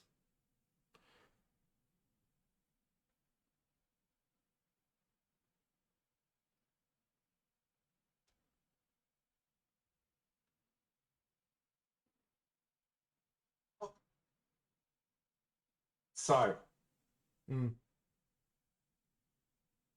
Doctor Strange and the Multiverse of Madness. Yep. So without spoiling, I'm going to go through a couple of little points in a number format. All right. All right. I'm going to open up with out of 10 storyline. Going to give it a 6 for Yep. storyline. Yep. Going to give it a 9 for creativity. Yep. I'm going to give it highly thought out. I'm going to give it for creativity, I mean, the use of color and all of these sorts of things. Yep. Animations, I'm going to give like a good solid 8. Character development, probably a 6. For an all-round sort of maybe a 7. Yep. It just felt, when I came out, you always come out on a high. Well, I generally come out on a high. Yep. But easily pleased. And then I was sort of sitting there having to think about, I'm like, what actually happened in this film? And it's like, well, okay, I can't really, obviously, I don't want to spoil it for anyone else. So I'll just say that, like, yeah, it just seemed like we were, tying up a loose end or two and then getting ready for a new thing. Like, what are your thoughts? Uh, my biggest observation about the film was that it was not really uh, Doctor Strange centric. Felt like two other characters actually had a little bit more uh, impact on the story, and that's okay, because the way that the MCU is traveling at the moment, they're reaching a point where there's so much assumed knowledge and there's so much context that no film is really standalone anymore. And I wonder if they reach a point at some point where they go, okay, well, it's no longer a Doctor Strange movie or a Black Panther movie. It's the MCU movie 24. It's the next Yeah. chapter. So this is something that's not just in Marvel, right? It's in Disney as well. Like it's a Disney thing, not just the Marvel wing of Disney. It's in Star Wars too, right? Like the way they've been doing Mandalorian. Star Wars series. Yeah, yeah. Mm. So maybe it's just a thing that's like sort of proven to be quite effective. Well, it's you know you have to factor in they're trying to make money. Good on them. Yeah. Everyone is. Their way of getting money is keeping people on the hook and wanting more. And so they put in all these little Easter eggs and little things that tie into the next one and the next story, and it just keeps people engaged and talking. And I walked out of the cinema and I was like, well, that was a weird movie. I didn't immediately um, go, wow, that was fucking awesome. That was my favorite Marvel movie, which I have done for a lot of them. Like, Spider-Man, when I walked out of Spider-Man, recent one, and I was just like, that's the fucking best. Yeah, pretty pumped for it. And I didn't feel that way about this one, but as I've reflected on it, like, I do think it was a pretty cool movie. Yeah. And there was a lot of moments in it that I was just like, that is dead set wild. If you've watched episodes of What If, which was the animated show, there's some tie-ins to that which I thought were really awesome. And yeah, overall, like, yeah, it was a 7 out of 10 for me. But I liked that they tried something a bit different. I liked that it felt like a horror movie as opposed to some of the other films. Yeah, it had some really fun. It had a lot of fun elements to it. Yeah. And I love the big, bold, colorful Marvel movies. So Ragnarok was probably the first like super big, bold one they did, right? Yeah. And this one felt like it sort of was leaning into that space a little bit. It's very director dependent. Taika Waititi's Thor Ragnarok is mental. And this one was more of a Sam Raimi, masterclass of crazy shit. Hey, my man. Yeah, that's a good observation, mate. It didn't really progress the multiverse story in any way, shape, or form, but it was a lot of fun. I liked the introduction of new character. Thought that Yeah, character was unreal. yeah. Um, I like what they did with Wong.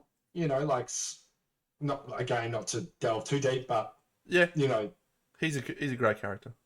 yeah, and he's like still contributing quite strongly, so that's really good. The Scarlet Witch storyline, it was so tied into Yeah, WandaVision. yeah. It Um, was literally like WandaVision 2.0, right? yeah. Like, So if you hadn't watched WandaVision, it would have made very very little sense to you what the fuck was actually happening. So that's what I mean about assumed knowledge. If you haven't watched the the little TV shows, you're coming in with half of a story. So I reckon they'll do away with the pretense soon, and they'll be like, "Yep, if you haven't watched fucking XYZ, you will have no idea what's happening. No idea."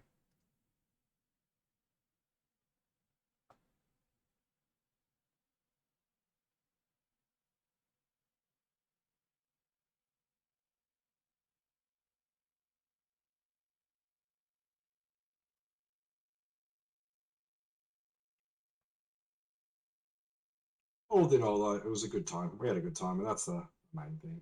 Yeah. If a cinema in this day and age still provides you with a good time, right, then it's probably done its job. So, Yep. I mean, it's kept me on the hook for the next one. yeah, yeah. Love and Thunder looks like it's going to be a lot of fun. Oh, Natalie Portman. Oh, you're so attractive, Natalie Portman. Natalie Man, I love. Do you Portman. remember the Natalie Portman rap from back Yeah. in the day? I love that thing. Natalie, you are a badass bitch. And I always pay for my dry cleaning when your shit gets on my shoes. The next line's the best, right? As for the drug use, well, I Yo, can't I vouch for can't vouch that. for that. My My dick dick is scared of you. Wow. Yes, very amusing. I was at Lonely Island before they were Lonely Island. Like, Nah, nah, yeah, well, yeah, it was a Saturday Night Live skit, right? mm. I had a friend So yeah, called yeah. Natalie that got sick of me singing that song to her all the time. I'd see her, I'd be like, Natalie, you are a badass bitch.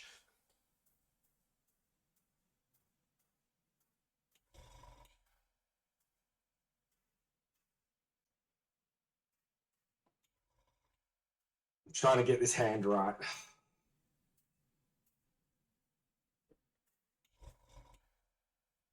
I'm really enjoying painting this guy. It is a delightful sculpt, isn't it?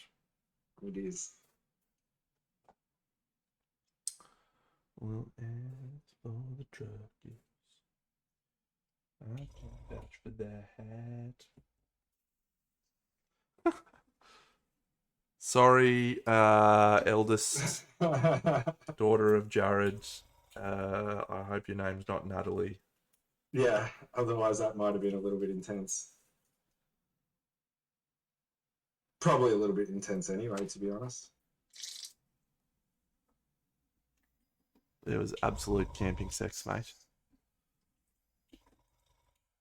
Fucking intense.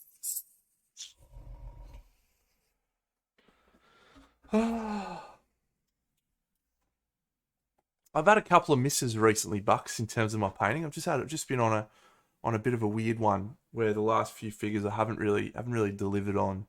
Not your fault, mate. Lael's not a good choice. Yeah, but let's it's just we'll also back up this one, Mm-hmm. right? That's a bit of a miss. Mm-hmm. It's okay, it's fine. Colors are nice. Just a miss. I don't think this is a miss. I don't think it's a miss. I think it's not. It's not what you might have been trying to look for. But there's an appeal to that one, much more than Lael. Miss. Definitely a miss for me. Yeah. Miss.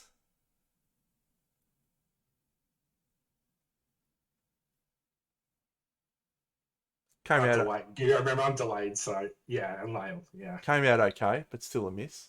And then this one, which I don't feel like was a miss, but everyone in the Putty and Paint and Universal community feels like it was a miss. Fucking this guy.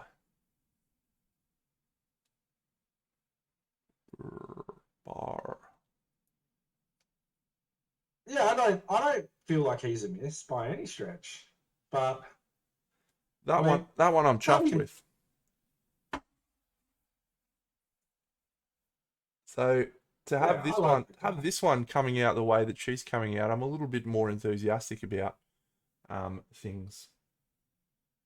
This one definitely feels like you put yourself on notice a little bit. You're like, listen, Deno, Yeah, I'm not happy with the way things have been lately. pull your shit together, mate. You're better than Because this. there's some areas of like a concerted effort, right? Like the skin, you've definitely taken it to a smoother state. Um, I think the gold, the hair, this one's looking good. I'm not the most popular like on purple, but that's just a stylistic choice, right? So that's a color's a color. So um, Yeah, purple and gold. It's a good combo. purple and gold is really good. And so is the what do we call it? Like the sea green, yeah, sea green, or Yeah. that's a nice color with gold as well. Purple is just a personal thing, so Is that because you struggle to paint it? don't struggle to paint purple too much. Just doesn't tick my visual boxes, you know. Yeah. Oh, that's Doesn't fair. like when I see something really well painted purple, I'm not like, oh, like, but if I see something really well painted that's red or teals or all of that, that really does it for me. So it's probably just one of those colors that's Hmm. it's not up my alley. Do I think I'm smashing through stuff too quick? I don't think so. No, Um, 'cause you've slowed down a bit lately. yeah. I We all think have. I think the broader concern is I'm just not inspired by uh the pieces I've been painting. You know how like when I'm full ham on something, I just go hard, Yeah. and I pour my whole energy into it. This has just been stuff to paint while I'm waiting for the next piece. So I think it's more about that than anything else.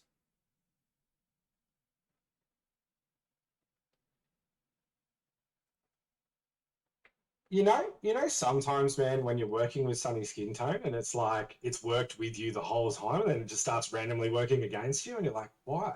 Why are you doing this? Yep, I know exactly That's what you mean. that feeling, right? It's Absolutely. that color too. It's like a very Yeah, specific thing to that color, and you're like, mate, can you pull your head in? yeah. Just behave yourself, you fucker. Mhm. G'day, TJ. I do use metallic paints sometimes. Yeah, I like to do non-metallic metal at the moment because I'm trying to, uh, for want of a better expression, I'm trying to understand it. um, and I don't think that I do yet.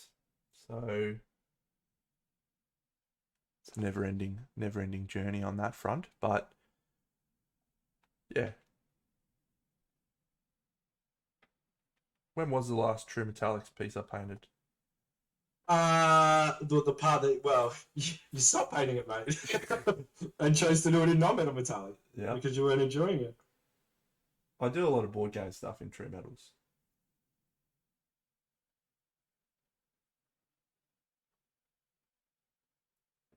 Yeah, I kind of fucked up with that Elder Army that I'm doing and chose to do non-metal metallic. That was silly. I should have just done trim. Yeah, that is, you will not get no arguments from me. That is dumb.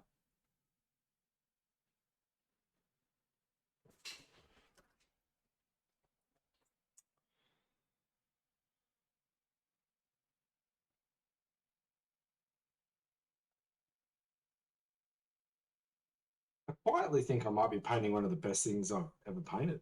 I not quietly agree with you. It's coming along beautifully. And isn't it just sometimes the model just you're like, oh yeah, this is all about me. I'm all about this. Yeah, me and this model are getting along pretty well. Yep. Surprisingly, not many people have given this guy red hot.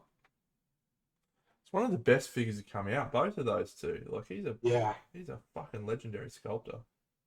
You should post a picture in the chat for people who aren't in the Dirty Paint Water Society. I didn't put it in there. I've only put it in our other ones. So you can just bring it up if you want, if you can be bothered. If you can't, that's all good.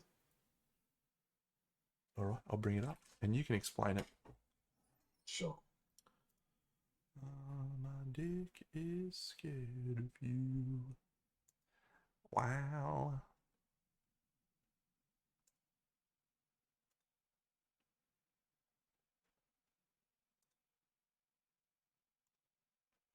There you go.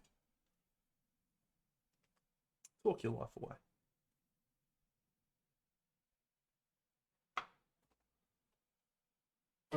Yeah, this is the guy I'm painting right now. He's called the Priest of the Unspeakable, and he's from FER Miniatures or Fur Miniatures. This is the one that I was talking about on maybe a stream back when we were hanging out, and I said I really wanted to have some dark vibes on it. Where are you Bit of going with 40K. your clothes? Where are you going with your clothes? He looks a little bit tech priesty, doesn't he? Yeah, it's just a creep, really, isn't he? Yeah. So where am I going with the clothes? Obviously the blue teal side will stay that color. Mm. For the clothes, I am thinking either a red, or potentially just keeping it in these tones and then just mottling it up. Yeah. I'm and not bringing it about through. red, man. I'm not about red for this. No? No. You think I need to just stay in these colors and sort of model it through into some beiges? Yeah. It's easy to do. Like the red will just overpower from all the good work you've done. Maybe I might even challenge you here. Maybe do a purple. I challenge me doing it. Fuck. Even though it would contrast really well. I know why you're saying it, because it's the skin color, right? Yeah. Like it's the warmth of the skin color that would work well with that color. Black would even work really well here as well. Yeah.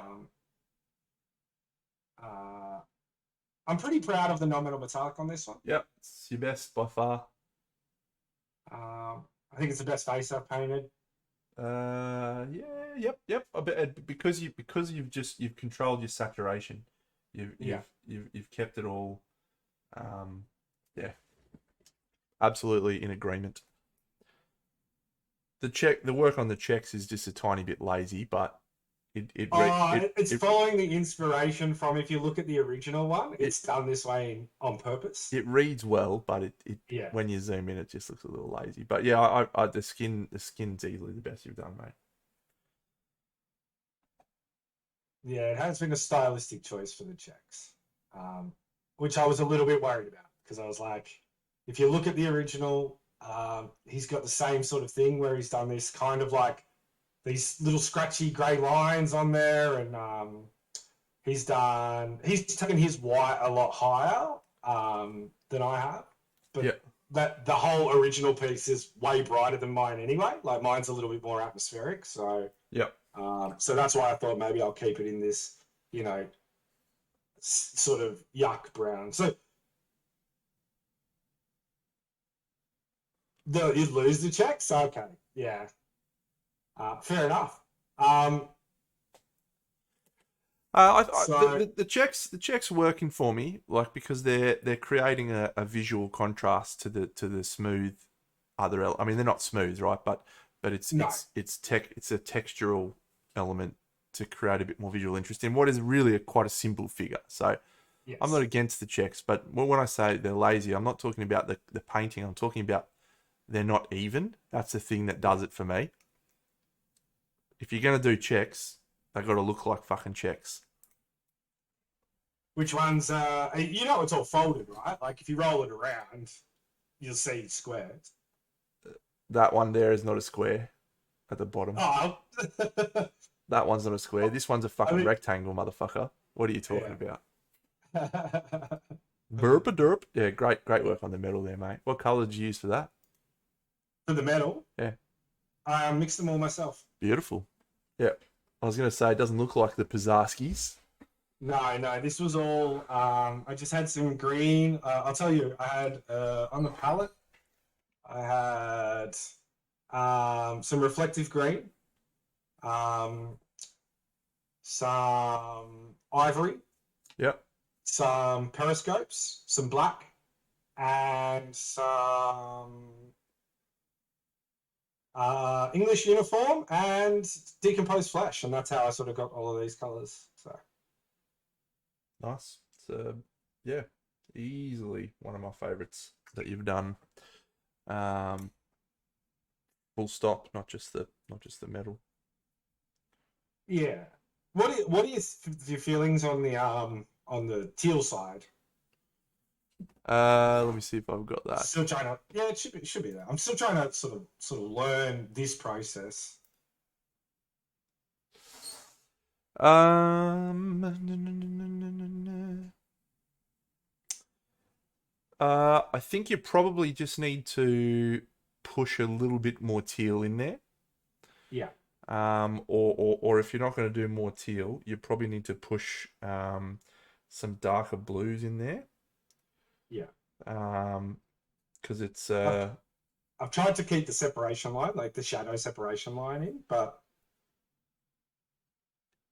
yeah, it's working, but barely. yeah, Like because the light, it's not quite reaching far enough, or evenly. You know, like where is the specific light source? If you have a look at the sleeve, right, it looks like it's coming from the top, say left, right. But then if you look at the face, that whole upper lip area should be yeah, green, and you've just got a couple of spots. So you either need to be a bit braver and go in yeah. with more, That's, or you can see where I'm like, yeah, yeah, or just ease it back a little bit, soften it out a little bit, yeah. But it's it's reading well. Like it doesn't look yeah. like, oh, why is this fucking guy just got green teal on him like that? That part's Yeah, it's all. I feel like they're all in the right places. yeah. It's a good little piece, Buxo. It's a very good little piece. Yeah, I'm feeling good about it. I like it a lot. And something I've been doing this whole piece is like this has all just been short, controlled strikes of the tip of the brush, like the whole thing. Yep. There's not been any sort of like smooth blending or anything like that. It's that's all gone from the repertoire at the moment. That stuff, and that kind of informed the checks a little bit too. Mm. Was like this idea of everything being a bit rough and a bit scratchy. Yep. But if that's failing to come through there, then Well, no, that's a failure on the my rough behalf. the rough scratchiness is fine. It's the The shapes, yeah. irregularity of the shapes that doesn't work for me. But I'm being critical because I don't really like you as a human being. So Yeah, it's fair enough.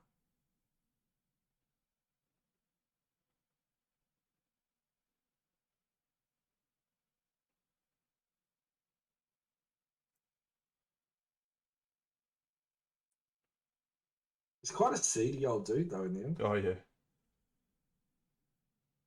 one of the most expressive sculpts that we've seen in the last few years. Yeah, it felt like I had to be brave going after it when I was like, who's painted this? Oh, Maxi Pinal and Mark Maspelin. Mark Rasmussen. Great. No Oh, pressure. okay, let's go.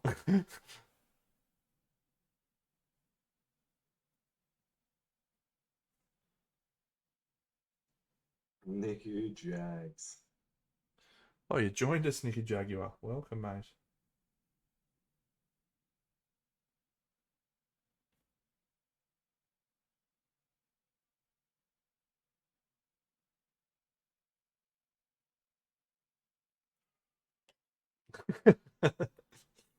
Awesome. Well, you can't be worse than the guy who got sacked today.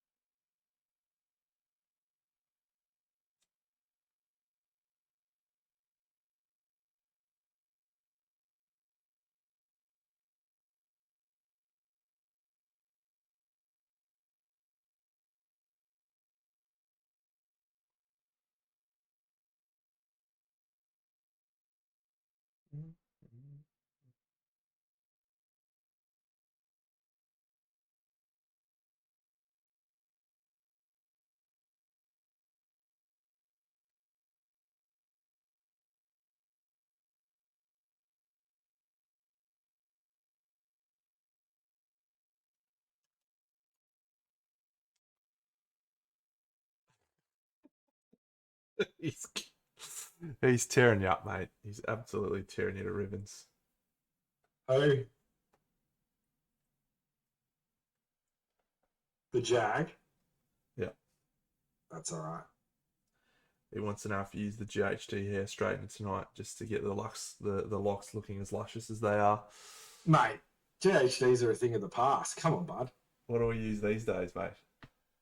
Mate, these days I use, I think they're called Max, aren't they? I don't know. You're the one telling the story. I don't have enough hair to justify it. No, you certainly don't. And I'm going to hedge a bet that old Jags doesn't either. No. He is thinning on top, the old Jaguar. It's all right. If he needs a little bit, I can donate him some.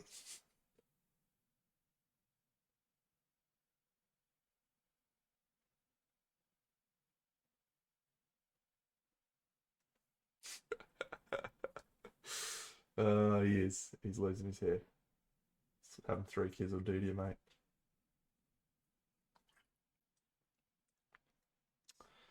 All right. I feel good about just about everything, and then I just don't know where I'm going.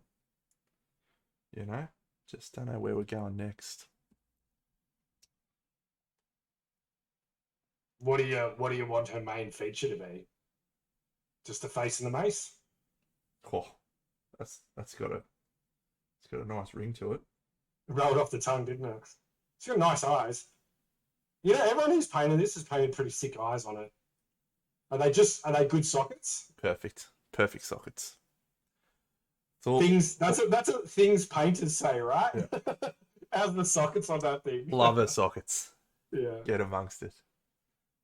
Yeah, no, this is a really fun face to paint. From a technical perspective, the bits are all beautiful. Kind of feel like maybe just whipping out the airbrush and doing something crazy, putting some crazy Adding a shit bit of light into it. Yeah, just something different. Nah, I don't think this piece needs any like source light or anything, right? Well, I was trying to lean away from it, but Yeah. you know, I think maybe the hair could do with something.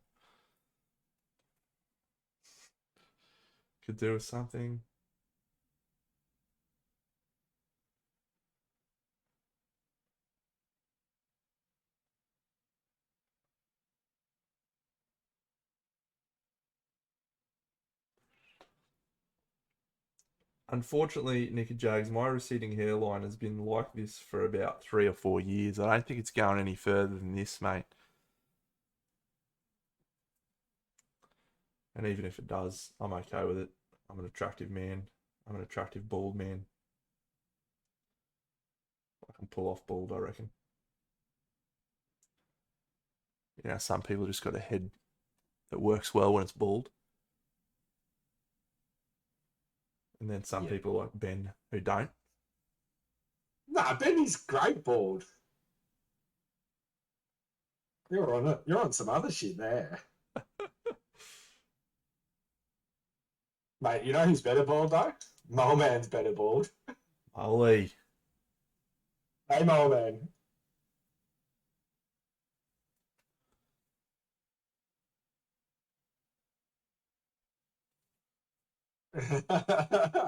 Bring back that face altar that you had. That was gold. You saw that, right? When he was like Uncle Fester? Yeah.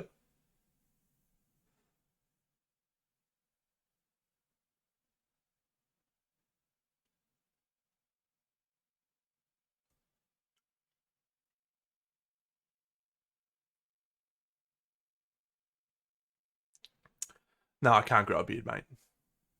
I cannot grow a beard to save my life. Does not happen.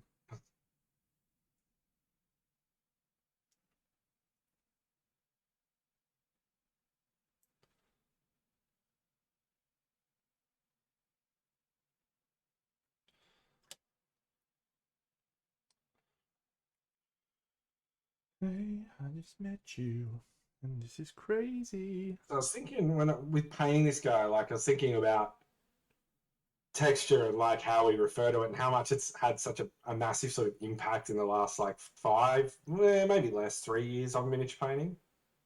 And then there's sort of like two things, right? There's painting textured, and then there's painting, or textured painting rather, and then painting a specific texture of a material. Um, And like defining the two sometimes gets murky in the middle. so I think it's an interesting observation, but I think your timing's wrong. Like I think it's probably been more like 10 years, mate. Like You reckon? yeah, because I'm when I first started coming into the display stuff, I was like, um, man, how good is all these guys painting with all these free brush strokes? You know, Yeah, fair. Yeah, like the Spain's been doing it for a the while. fuck the fuck smoothness, like that's a lot older than 3 years. But yeah, that I remember. I think there's a see you, buddy. I think there's a really key um, statement that I'd like to make about painting texture and using rough brush strokes. I think Yeah, there's a way to do it because you are making a conscious choice to create uh, texture and an atmosphere and a vibe, and then there's you're doing it because you're lazy and you can't paint. Right? There's a clear, distinct difference between the two for me, and I think that's probably um, the challenge is knowing the difference between the two. You know, you sometimes see painters and it's like, well, it's all everything's really messy and untidy, and this isn't working, and they're like, no, it's fuck smoothness, mate. You know, there's got to be a conscious understanding of why you're putting the texture there and what it's achieving, and um, yeah. What do you think? well, yeah, I guess when I said 3 years, I feel like that movement started like when you were talking about it, but it's like fully and utterly integrated into painting. It's no longer like Banshee and sort of a few like figureheads of the movement, like saying, "Hey, challenging the way people paint." Like it's now just sort of like a done thing built into painting, the way airbrushing was built in, and the way that originally, super smooth painting was sort of the Yep. front and center. And so, yeah, so with that, I think that leans into what you're saying, right? Where people who now don't really understand maybe what necessarily the movement was, weren't around for it, but have picked up sort of bastardized versions of what fuck smoothness is, which is what you're talking about, right? Like this idea that it's like, oh, you just do what you want, sort Yeah. of thing, and then Just paint your model like and then shit, and you're fine. yeah, yeah. So does that make sense? I think it does. Yep. I, Um, I just like I like painting with brush strokes. I like being able to see brush strokes, and I like you know intentional brush strokes. Like I think they make a piece feel more alive, and one of the best examples of that is Lucas. Right, we talk about how amazing Lucas penis sculpts are, and it's because they're real. There's mistakes. There's elements in them that aren't perfect, and that humanizes it and makes something feel alive. And to some extent, using brushstrokes in the same way is what we're trying to do. We're trying to humanize these pieces and make them feel like they're um, yeah, just a little bit more real. So So, do you think it's just a stylistic choice to paint really smooth and technical? Do you think that's just stylistic, or do you think that's like the painter's compulsion? Like they have to do it in well, order to feel like they I are. think it used to be Um, the painter's compulsion. I think that used to yeah, be what people perceived as you are a miniature painter when you can paint ultra smooth, hundreds of glazes. Nowadays, I don't think people feel that way as much. That could be me feeling a little bit biased, but I think that whole smooth, ultra smooth is a style that people look at and go, "Yeah, that's one way you can do it," but there's other ways to do it as well. yeah,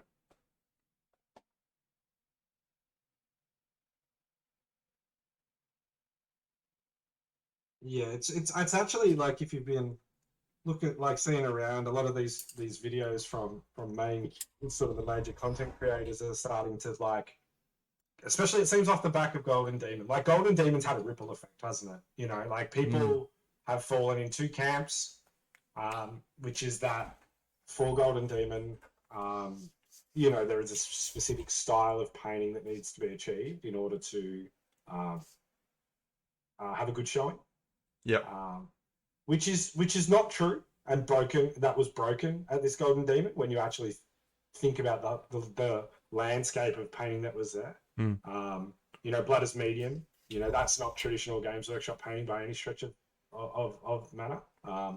And he took a gold out with his Dreadnought. Um, Kaha, that's not traditional Games Workshop painting by any stretch as well. Mm-hmm. And they place well. So you know, like that statement alone that there's like one style of painting for that competition is not accurate. But what that style of painting does is it seems to divide people quite heavily on, you know, what is perceived to be really, you know, up top end painting and what's not, I guess. Bear with me. So like I'm seeing now a lot more content creators talk about like, hey, I'm trying out this more atmospheric, you know, volumetric based painting, and it's just more fun, right? Yep. Because it is more fun. Like we've both sort of painted the other way, right? Yep. I think you painted the other way as well. I definitely have, and I'm continuing to do so still with certain projects. And I can tell you, like for me, it's just flat out more fun to paint this way than it is the other way. But there's an interesting divide there, right? And it's interesting to see that the content creation that's like happening is like starting to push this on a grander scale. This sort of more, I guess, more display style of paint. So, what's your thoughts on that? Uh, I mean, I'm heavily influenced by European painters. Mm-hmm. I think I'm probably less influenced by content creators than the general majority.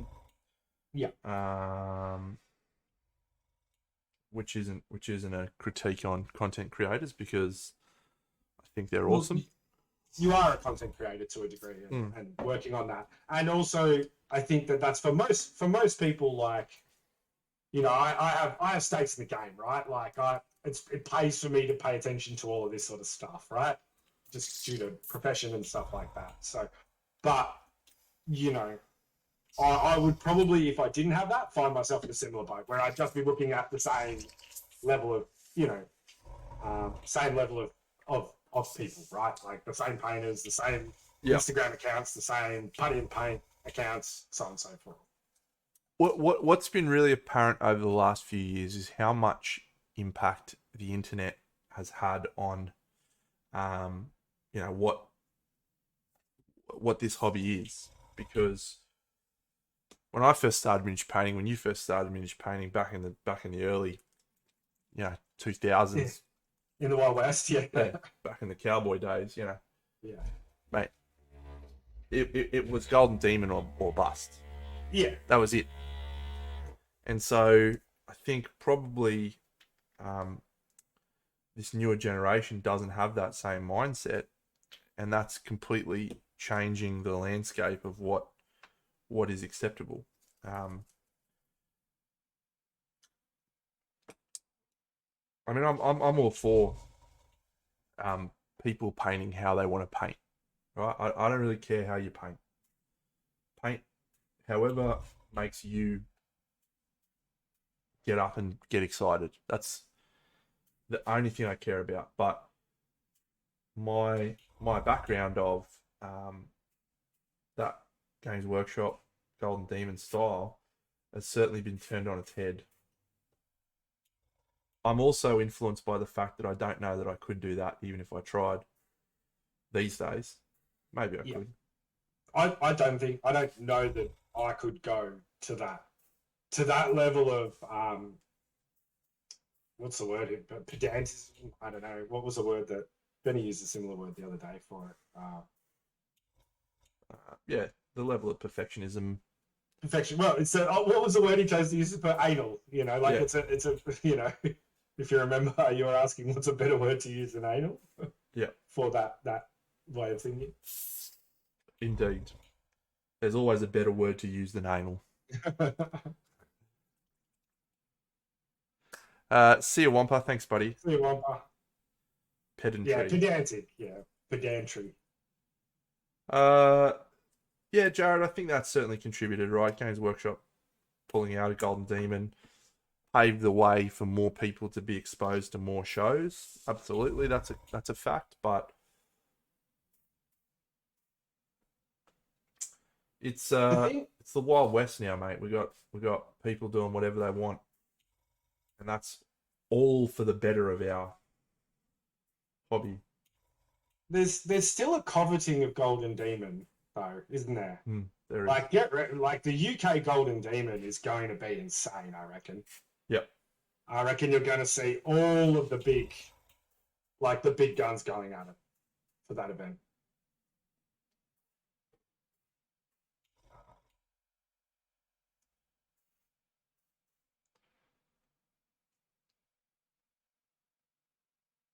Yep, I tend to agree. I think there will be a who's who of miniature painting at that event. Yeah, I mean, all I come back to, mate, is I just want people to pay or paint however they want to paint, so they have fun. That's it. Yeah. We overhype results on occasion. Not probably not me personally, but in general, I think we overhype results, and we don't talk enough about how much benefit I get from painting from a mental health perspective, from a self-worth perspective. Yeah. So I think we could probably do with talking more about that side of the hobby in general. Yeah. And the reason I say that is because that's kind of what the European events do, is they really make you feel more inclusive about what's happening. More so than probably the older Golden Demons did. I've had a fucking straight gibber there. All meaningful gibber, meaningful to me, but probably not related to your question all that much. That's all right. Look, I get at least one good gibber in where I'm trying to get out a thought and I just sort of waffle around a bit. Normally I'm better than that, Bucks. I hold myself to higher standards than you, mate. Well, usually, like, I'm here to gibber, right? And you're here to cut through it. Yeah. To keep it on track. But it's always interesting to get a non-painter or non-gamer's opinion on a painted miniature. The non-gamer will not always pick the GW style as the best. Probably more often than not, you're right. Like, they will probably pick a more traditional art style way of painting, Paul. I could definitely say that depends. I mean, the thing about Games Workshop is it's had such a massive it's one of the first things that people like. A Games Workshop miniature is one of the first things people think of when they think of a painted miniature in the Games Workshop style.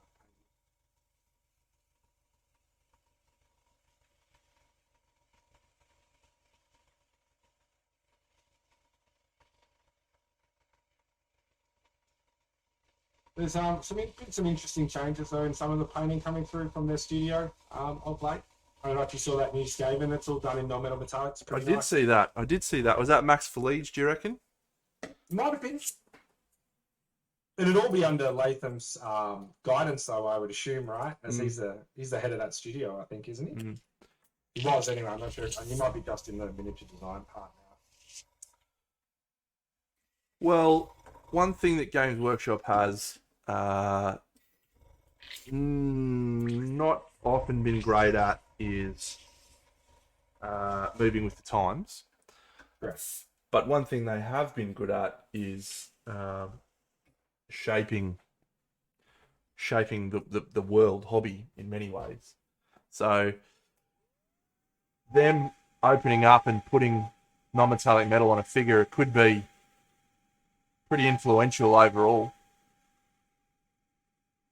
Well, it sends a very direct message, right? It sends a direct message that is for these one-off, standalone, individual characters. This is a great place for that technique to exist. No, I don't believe that in Latham's left. I don't believe that in Latham's left. That's me, Bunny. I've got a non I think to try and filter out the background noise because I always have my fan and shit on, but it'll not work when I've got the hairdryer going very well.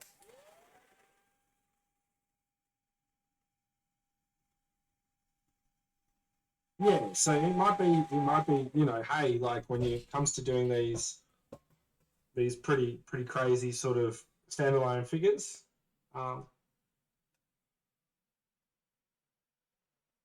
No. I mean, Games Workshop's box art's all specific. It's a Games Workshop style of painting, specifically designed to showcase the miniature as a miniature in its best light. Taking all manner, like all degree of miniature to the highest part, right? So like even the pouch has to be painted to the same level as the face. It has to be painted to the same level as the hood, so on and so forth. I think that Latham is actually to some degree like pretty much like a pioneer of the Games Workshop style, and like an embodiment of it. But I think Darren Latham is a talented enough painter that he could do whatever he wanted. I think he just stylistically chooses the way that he paints. And you can see he's had a massive influence on the UK painting scene, I think. What do you think, mate? Completely agree. Yeah, he's there is a lot of like Darren Latham. I hate using the word like clone because it sounds negative, you know. I don't mean it to sound negative, but it's like people who have very much been inspired by Darren Latham's way of painting, and want to push through that school of painting, that discipline. I love Darren Latham. I think I met him once. When did I meet him? Maybe I met him at like a He came over here for Games Day. Yeah, maybe I met him at a Games Day. Yeah, lovely man. They're all lovely men. Did I ever tell you about the time I nearly went skydiving with Gav Thorpe? No. Yeah. So Gav Thorpe came over for Games Day and he was staying for a month or a week or something, or 2 weeks, and he's like, I really want to go skydiving when I'm in Australia. So we teed up a skydive with him. And yeah, I went to pick him up and thanks, Nurgle Matthew. Yeah, unfortunately it was the weather was too bad. We couldn't go that day. So we just hung out for the day. He's a great dude.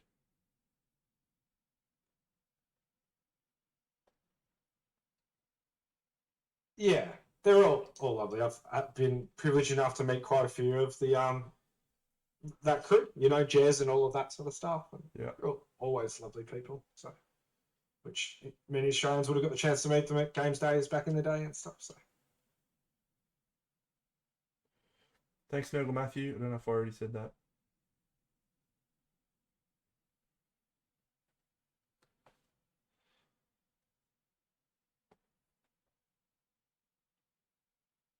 Yeah, yeah, tall bloke. Not that tall. Latham.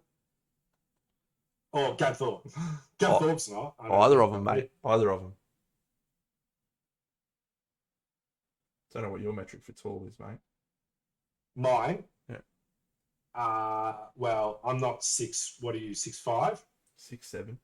6'7". I'm not 6'7", but you know, genuinely anything above 6'3" is pretty tall. I think, mate. 6'2". If you're not first, you're last, mate. So 7'2" only.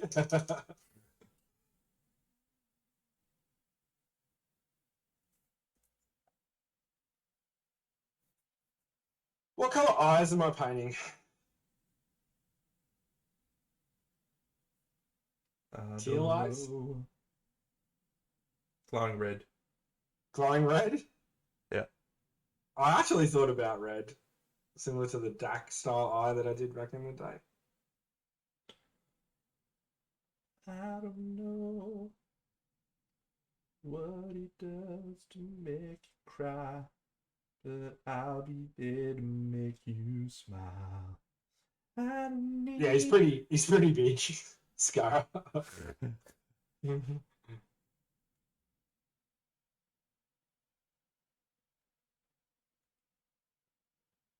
a fancy car to get to you. I'd walk 1,000 miles.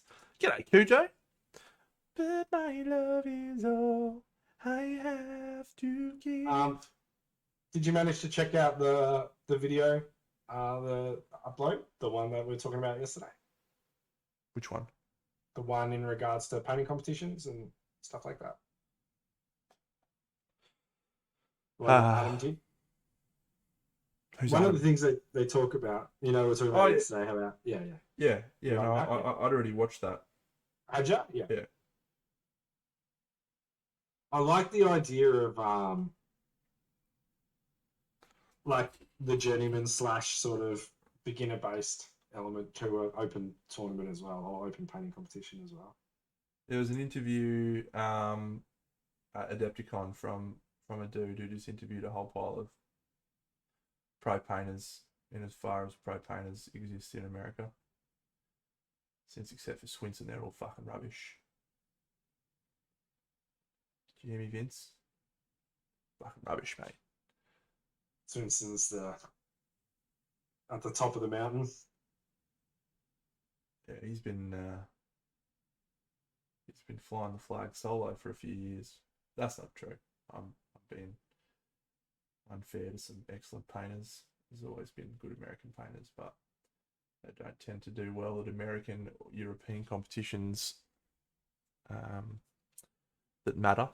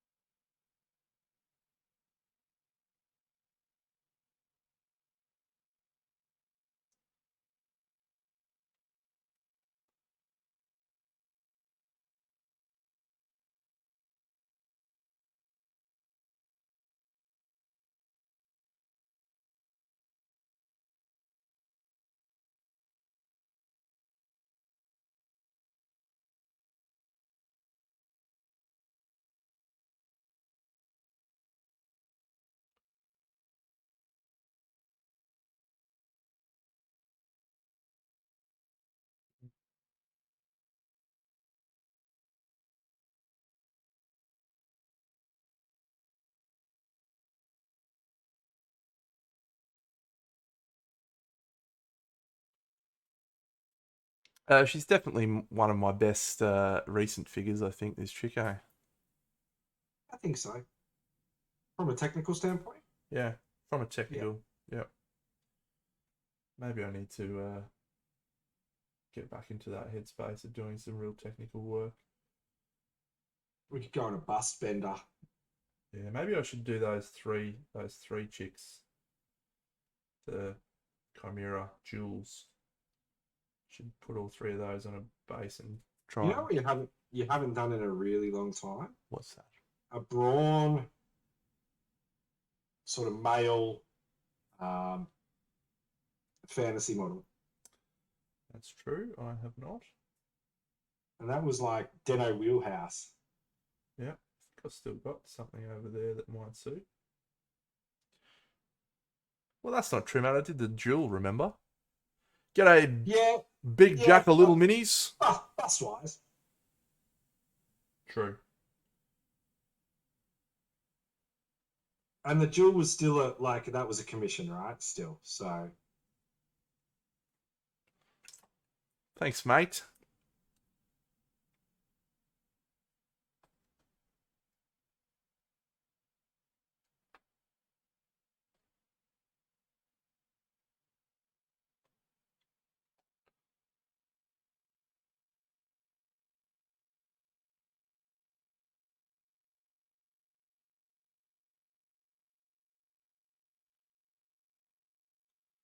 No, this is just yeah. I don't generally do an awful lot of commissions. This one's just sort of for funsies, but by being very attractive and good looking and very fortunate, I do tend to sell most of them once they're finished. So I would hope we have a similar amount of luck with this one. Find a new home for her. Thanks, mate.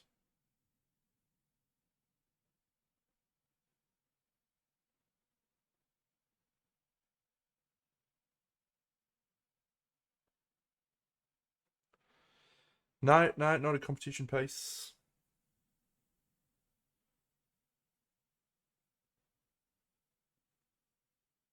Just Sunday, Monday painting. It's yesterday and today.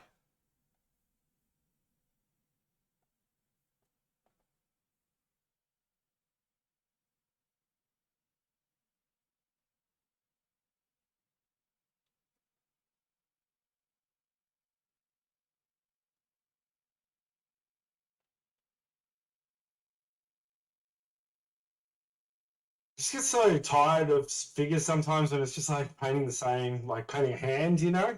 I find hands to be like a real stamina drainer. I can understand your perspective.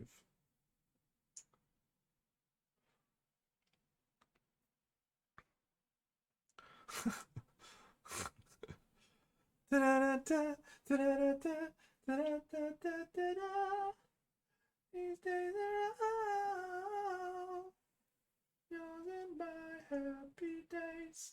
On your Cujo. He's a 10 out of 10 bloke, that guy. Does he head off already? Shit painter. Good bloke. Yeah, Cooch knows.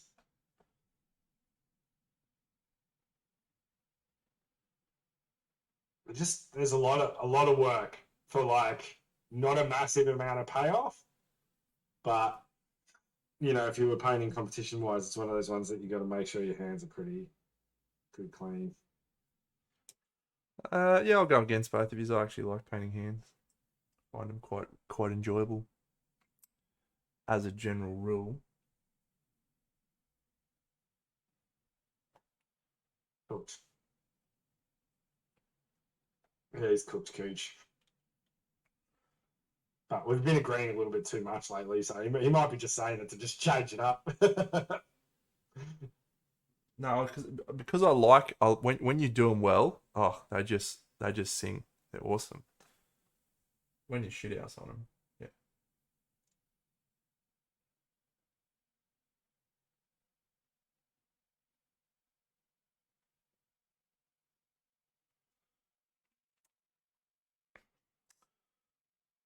What is taller but not necessarily bigger, full of painting? That is, I think he's talking about you, Bucks. Maybe he thinks you're taller. What is taller but not necessarily bigger? Yeah, definitely not taller or bigger. He could have both of those. Okay. I am painting. I'm painting the Priest of the Unspeakable from FER Miniatures.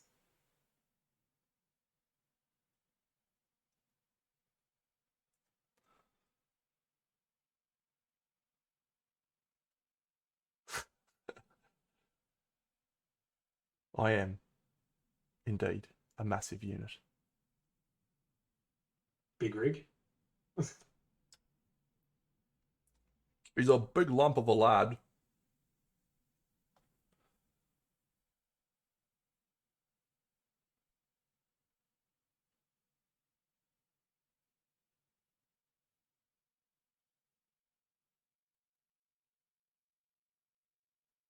Um, yeah, I'm painting this one. We've got Queensland Hobby and Model Expo coming up in August, so I need to get some stuff ready for that. I'll be flying up to see Trent with some of our friends, and we're gonna head up and have a bit of a hangout, catch up, and Record the first episode of the Saturation Generation. record the first episode of the Saturation Generation. You know, Our soon to be released podcast. yeah, it's a two-part. It'll be that, and it'll be part one will be Generation Saturation, and part two will be Texture Town featuring Ben. But yeah, need some stuff ready for that. And Queensland Model Expo, from my limited experience and understanding of it, is has a bit of a historical wing to it. And so I'm painting some stuff that's not necessarily historical, but leans on a historically adjacent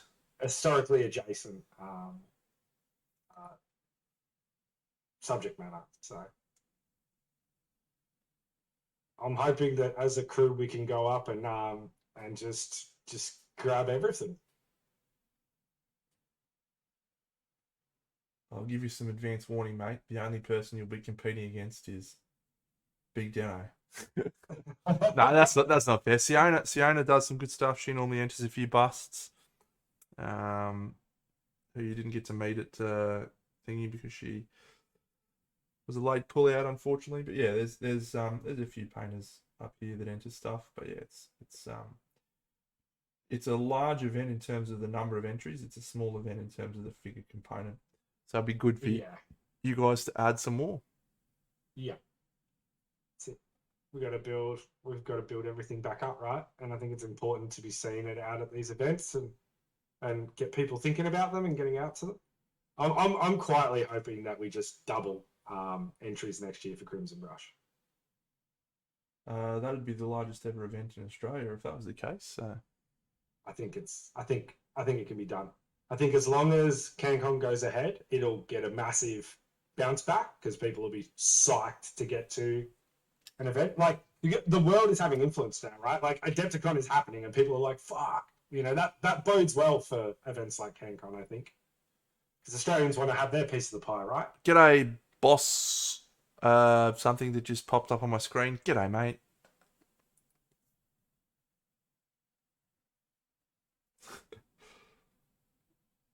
I'm a bad streamer sometimes. Why? Don't acknowledge people coming in. I just completely missed the name.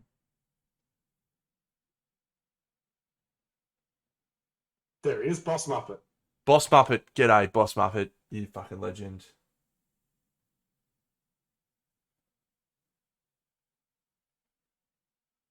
You're a 10 out of 10 in my books, Boss Muppet.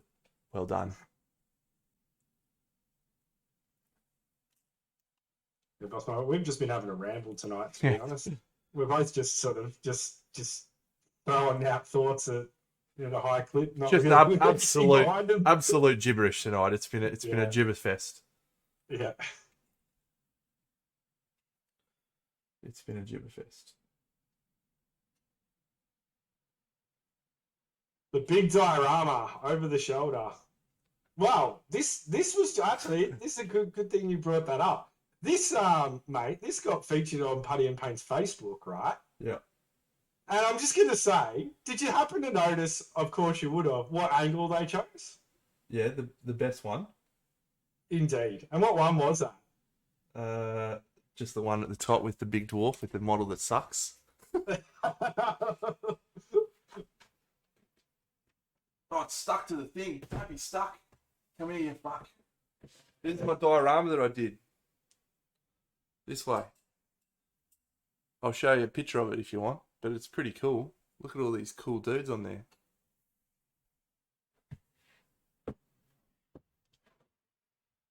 That's also going to Queensland Model Hobby Expo. Where's a picture of it? I think it's on my Twitter. That'll be a suitor for the best in show. It's got some size about it, yeah. They like bigger is better for best in show, don't they? They do. They do like bigger is better. Oh. There you go, that's it.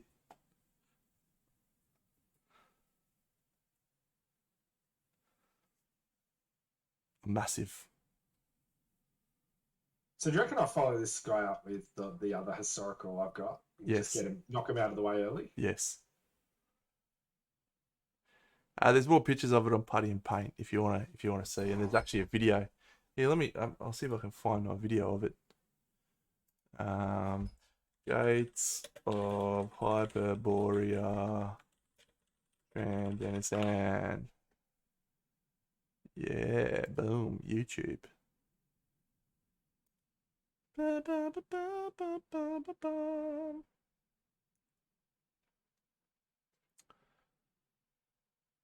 Whew. Magnificent.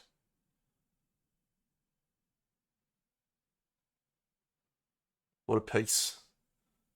What a collective piece of magnificence. That polar bear is awesome, by the way. Look Fucking at that hell. angle there. Carried it. Yeah. Could you just cut everything else off, mate? Yeah, I could. Keep Aramin in, actually. Keep Aramin in. He's good too. Yeah. Nah, there's some good bits in there. Spartan's good as well. The big boy's good. The skin on his back is sick. Yeah, she's got a baby and one in the oven. Yeah. She's gonna fight the big dude. She's not there to fuck spiders. That's a wife coming down to whip that ass. Yeah. Not sure how she got pregnant from her wife, but I'll roll They're with gods, it. mate. They're gods, mate. I'll roll with it. There you go. That's my diorama. Boom. Boom. Boom shakalaka.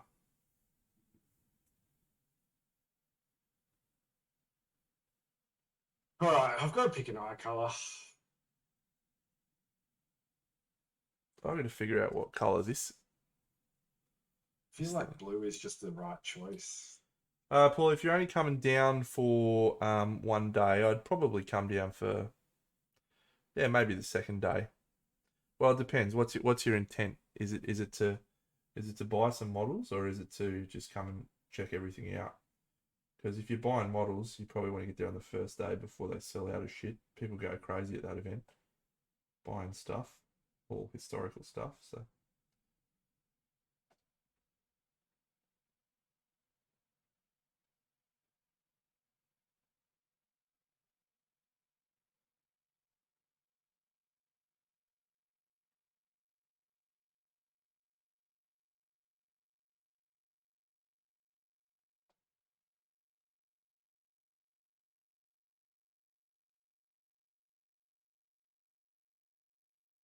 But if you come down on the second day, you can watch the award ceremony, or at least see the models that received awards.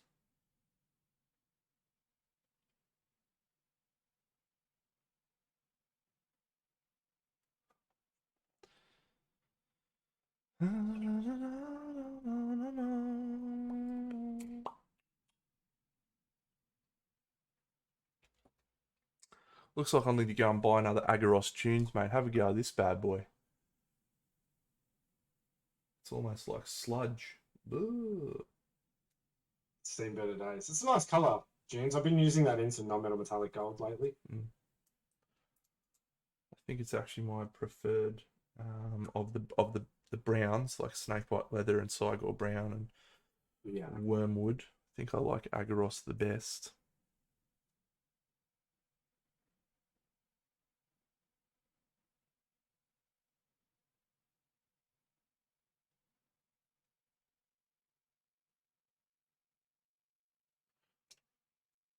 Oh, I'm not sure what color to do this little thing. This little fucking thing. Probably. I don't know. I don't know.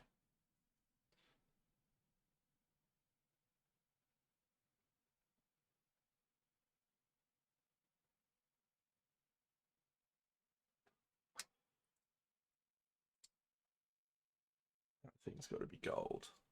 There's a reason why he chose blue eyes. It is a contrast paint, yes, mate.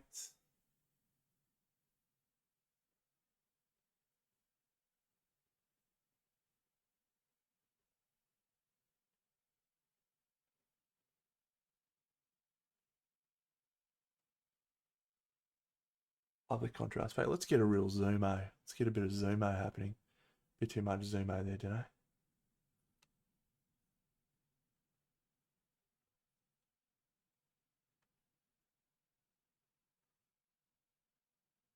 There you go. Look at this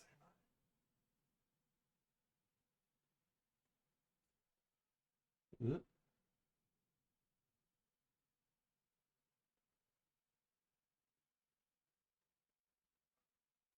These Inu Kingdoms models look like they've just got the sexiest lines, man. Yep. Hey, remember when I was like, "Hey, Bucks, you should buy these models," and you were like, "Yeah." No, I remember when Bunny said it to me. I'm gonna pay the credit where the credit is due, mate. You were well behind her on that one. Probably give him a miss. But if you're still here, all you, pal. Probably give him a miss, then. Oh yeah, just don't really feel them, man. All right, Bucks. No, this isn't not a DSLR. It is a camcorder. Actually, it's a 4K camcorder. But I did buy a new camera today that I'm excited to try out for some stuff like this.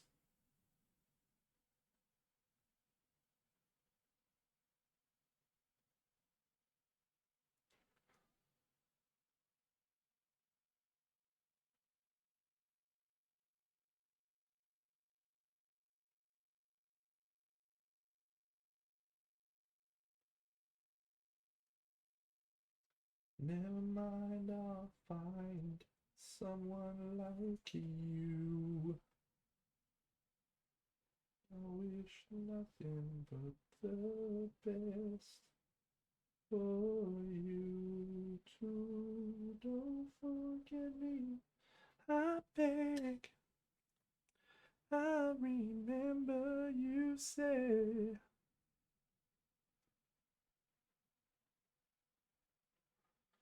Sometimes it lasts in love, sometimes it hurts instead. Hey.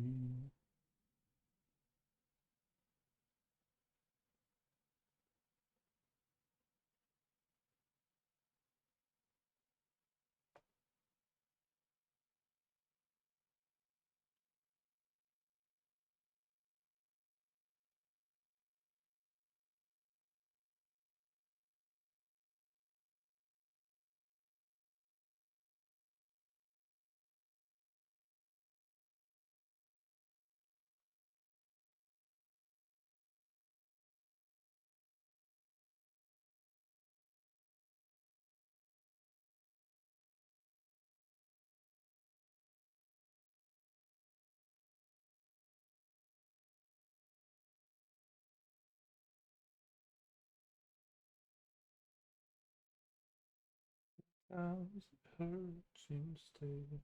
Yeah.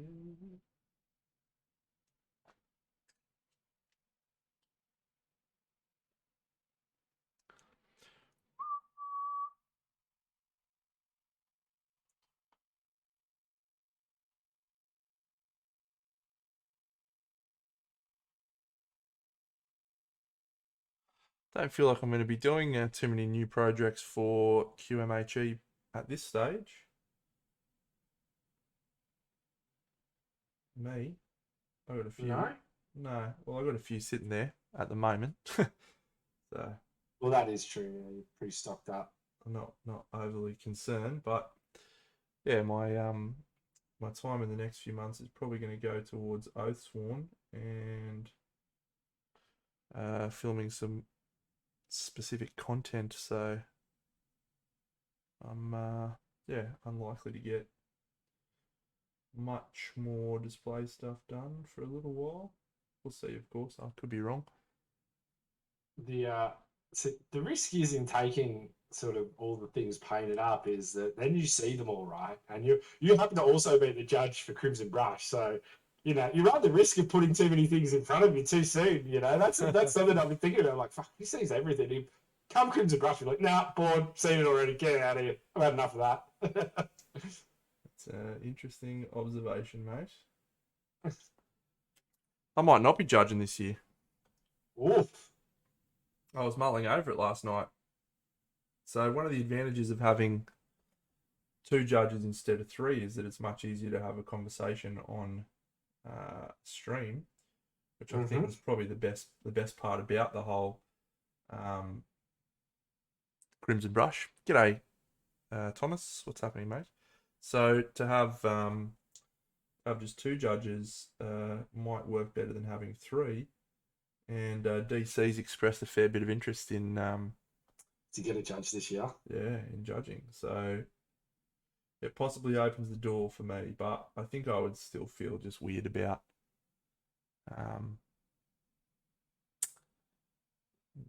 organising an event that I then enter in and present myself awards. That feels a bit. Well, you won't be presenting the awards, mate. That'll be the judges, right?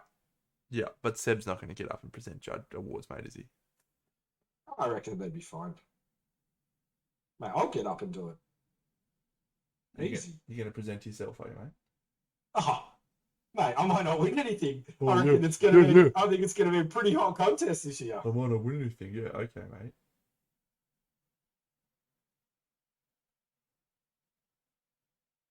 Yeah, I might not win anything either.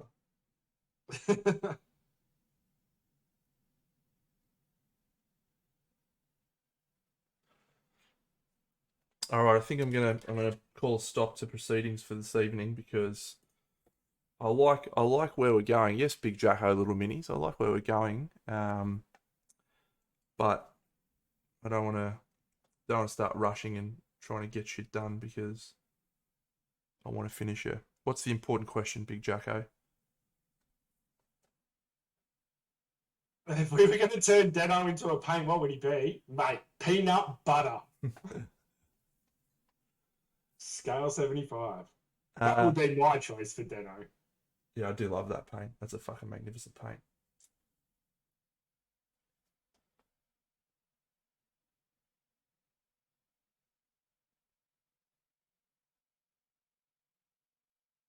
Oh, what colour specifically? What colour do you identify with? I'm open to all colours, mate. I don't want to be, picking one colour over another. Mate, I'll just come out hot, Big Jack, and say red. Ooh. For me. Red. Teal for me. Teal. Yeah. I love teal.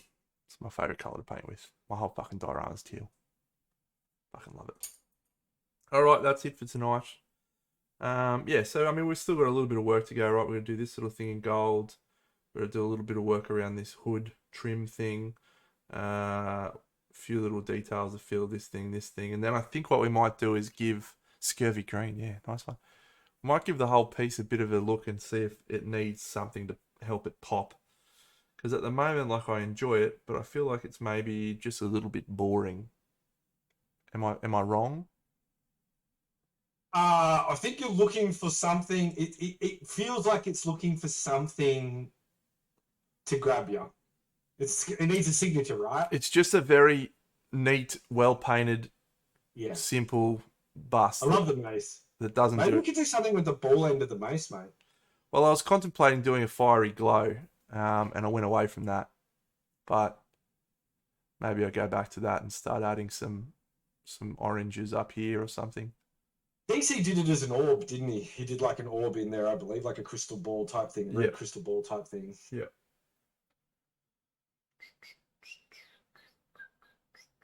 There's not a lot of space for freehand. Yeah, JC, yeah, Jared, man. I mean, the cloak's probably the only spot for it, and you've already got a layer of texture over the top of the cloak itself. I was contemplating glowing mace initially, but then I went and did all the non-metallic metal. It looks really fucking mad. So, I mean, yeah, I could do some sort of pattern on there, or maybe some swirlies or something here, but I don't know. I feel like this is our viewing angle, right? We need something that pops from here. Because if I do cool shit from here and here, it's like, wow, whatever. Yeah, we could. So I could try and do. I was trying to do some freehand on the purples, and I just completely ballsed it up. So maybe I try and prepare something a little bit more. Um, don't know. Don't know. Something to think about anyway. Or we go for like tattoos down the face.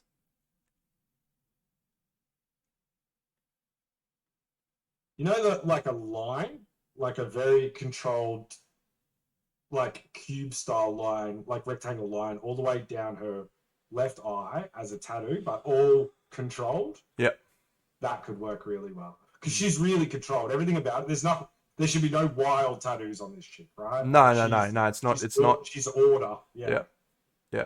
And it's interesting because I've got there's a lot of texture and stuff here. But if I was going to do tattoos, it would be exactly as you said, Yeah. lines, straight lines.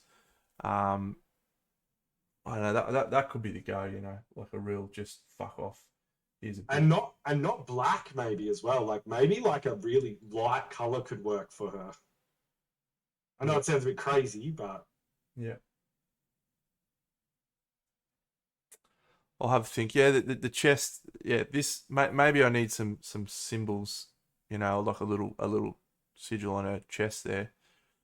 Um, as well as a tattoo. Yeah. Look, I like every element. It just feels like it's just too simple. Southern Cross, get in.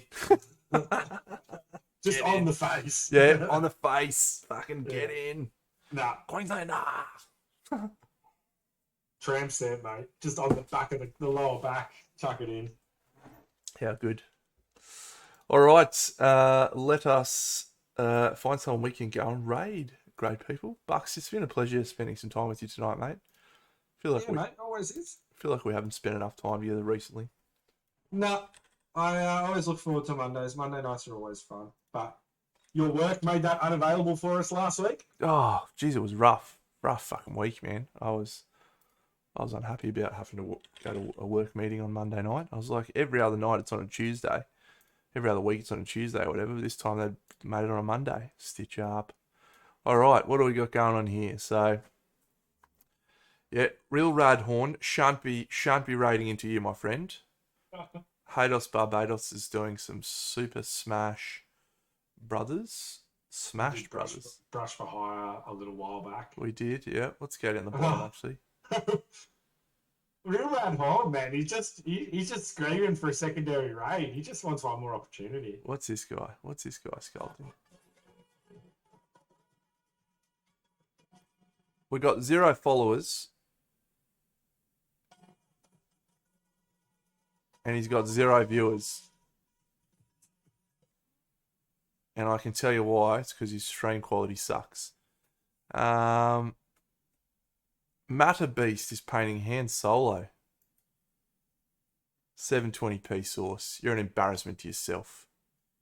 You're a fucking embarrassment. Disgraceful. I love just absolutely smashing people about the stream quality. Their stream quality is like it's become my favorite thing. It's like Alex attempts tabletop. What are you're dropping a 1080p on us? I love to see it. What are you doing though? He's got 392 followers. He's got commissions open. He's got 1 viewer. He's been streaming for 9 minutes. Let's go have a boat peep at his Instagram. What are you doing here, buddy? What are you doing? Little Space Marines and some fucking Warhammer stuff. Why do people always paint Warhammer? Come up with a different hobby, you chumps. Paint some display figures. I think this is our guy. Alex. Love me some Warhammer. Let's go. Alex attempts tabletop. You need to up the quality. You need to up the volume, son. Need to up the volume, son. Turn your mic on. would hear the music and it'd just be a big breakdown. It's from 2002.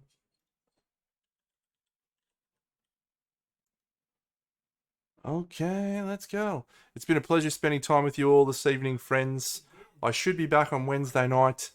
If we're not finishing this chick off, we'll be doing some Iceborne painting and I'll be filming for everything. So that is all. See you, See you all. Bucks. Bye bye. See you, pal. Hooray!